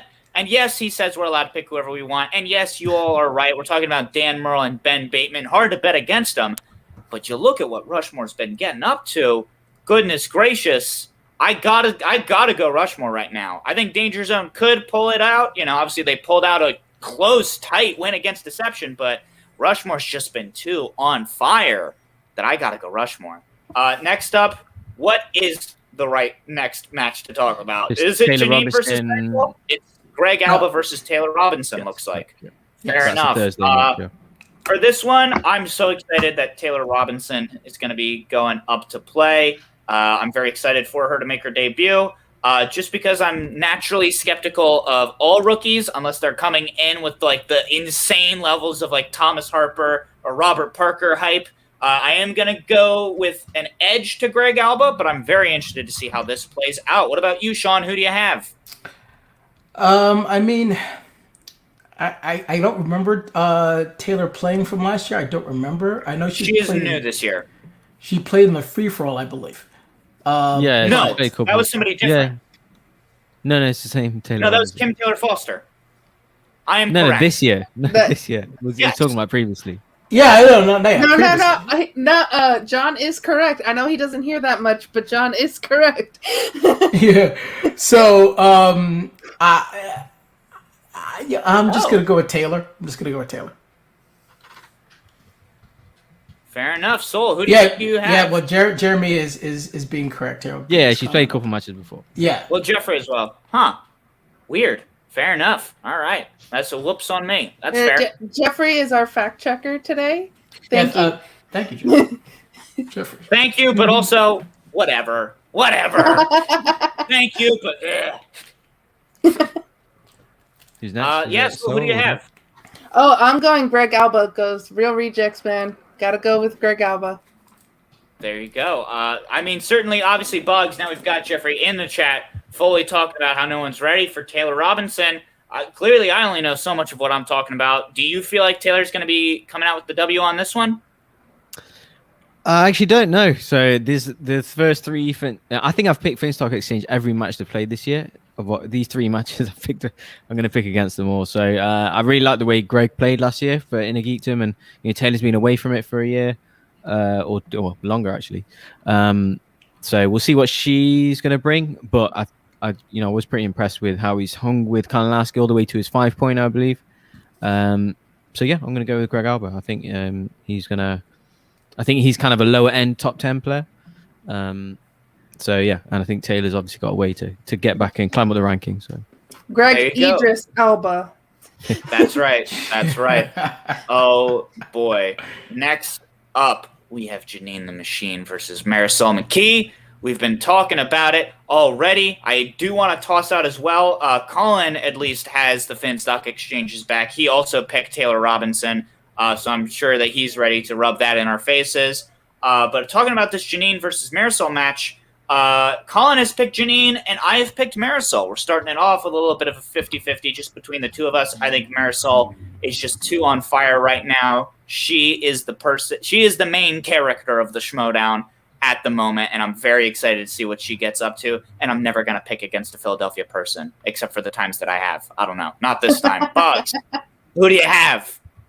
I think you're right there. She seems to be like the main character, like the main person that's running at me. I think it has its spells. Like last year, it was Chance a lot of the time. Then it was Ace, and it just seems like the current moment. She's just like every week she's playing, right? Seems like so throughout the last month or so. But yeah, and I'm definitely going for Marisol. She's on fire at the moment. Like I said to her last week, she hasn't actually missed that many questions at all in her whole career. She's playing absolutely amazing at the moment, so I'm picking her. There you go. Soul, how about you? I have to pick the person that has my name in their name, Marisol. There you go. As sound reasoning as anything. Sean, what about you? It's hard to pick against Marisol, so I'm not going to do it. I'm predicting she's going to beat Janine She's going to beat Kevin Smith, and she's going to play for the title. I mean, she'd be only the second woman to play for the singles belt. Clark Wolf was the first. She'll be the second. Would it surprise me if she beat Dan? No. That's how well she's playing. So to get there, she first has to beat Janine. So I think she's going to beat Janine. There you go, yeah. I definitely think she's going to have a harder time with Janine than she's going to have about Kevin Smith, but we can have that conversation at a later date because we got to talk about a title match right now. Mara Konopik going up against Mike Kalinowski. The rematch is finally happening at long last. Mara trying to defend that belt. This is a real toughie. Sean, I'm going to toss it over to you. Who do you have?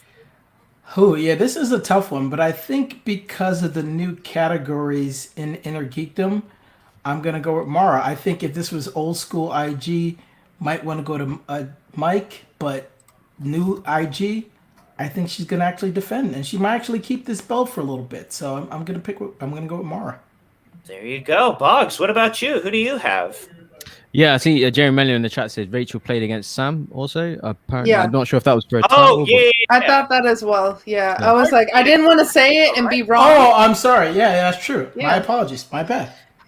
And yeah, Tushka's saying I've got the worst takes, but I seem to be top of our standings. I picked the most wins. Okay, anyway, yeah, sure, Tushka, sure.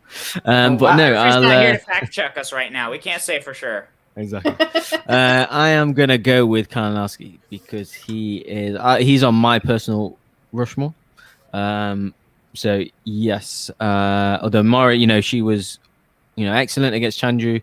I think a lot of these wheel sizes will also benefit Mike. He's a singles player, a long-established singles player, so he won't already be familiar with a lot of them movies. And I'd almost never pick against Kalinowski. So I want to know Sol's pick as well. Sol, who's your pick for the Inner Geekdom win? But yeah, I'm going Kalinowski. I think I like the way he thinks. Hey, so I honestly, I agree with Sean here. I think the new categories are in Mara's favor, and so I'm going Mara for this. There you go. Colin also picked Kalinowski. I know he's got a lot of love for Mike, and I mean, how can you not? I feel like Mike definitely belongs on some kind of Rushmore. The man has jumped between being a heel, being a face. Four-time champion. Four-time champion. He's got a lot under his belt. He's got a lot of belts under his belt. The man's just layered up on belts. At the same time, I'm looking at this dungeon, and I'm shaking in my boots. And a big part of the reason why I'm so scared to go out at night, because I'm thinking about how the dungeon is going to be coming out for me, is because of the new and improved Mara Konopik. This is somebody I do not want to face in any capacity. Yes, Mike is someone that is a pre-established legend when it comes to Inner Geekdom. But again, we got to look at just the momentum right now. Obviously, Mike has kind of had a little bit of struggle. He's not played in a long time, if you think about it. Yeah, he has not been able to get up that momentum that sometimes you need. And then Mara, she was able to come in cold and clean and just completely knock it out of the park against Chandra, who was looking kind of unbeatable there for a hot second. Mike has had some challenges he's had to overcome as far as getting back to this number one contendership spot. I think this is going to be another close one. I think this is going to be another overtime match. But if you ask me to put money on it, I'd have to give the edge to Mara Konopik. And that's the way the cookie crumbles. Did Sean give his pick on this one? Yeah. He was first up. Yeah, I picked Mara. Oh, you picked Mara. I didn't hear. Yeah, and I just also, again, want to say I totally forgot about Rachel Cushing playing Sam. I totally forgot about that. So, again, that's my bad. I didn't correct you. That's okay. No, I didn't correct you too because I was fearing that I was wrong. Because I was like, smarter than Rachel. The chat has a better memory than I do, so I apologize. Most people are smarter than us, and that's okay because we still had fun talking, and we hope you've all had fun watching the show tonight. Remember, if you want to help support the show, one of the great ways to do that is to join the Patreon, patreon.com/John Rocha. Also sending in those super chats. We love to read those out on the show. We read out some normal comments too, but we also really like those super chats. We also really like any Streamlabs you send us, streamlabs.com/The Ultimate Schmoedown Show. But at the end of the day, we love it that you are here to watch us every single week because we love being able to do this show every week. Whether you're able to donate or not, doesn't matter. You're still part of the family. Please give this video a like. Leave a comment once it's fully up. Just leave one down below. We really appreciate it. And I think that's about all we have to say on this week of Schmoedown. Soul, God bless you. Is there anything you want to shout out for the people at home to check out?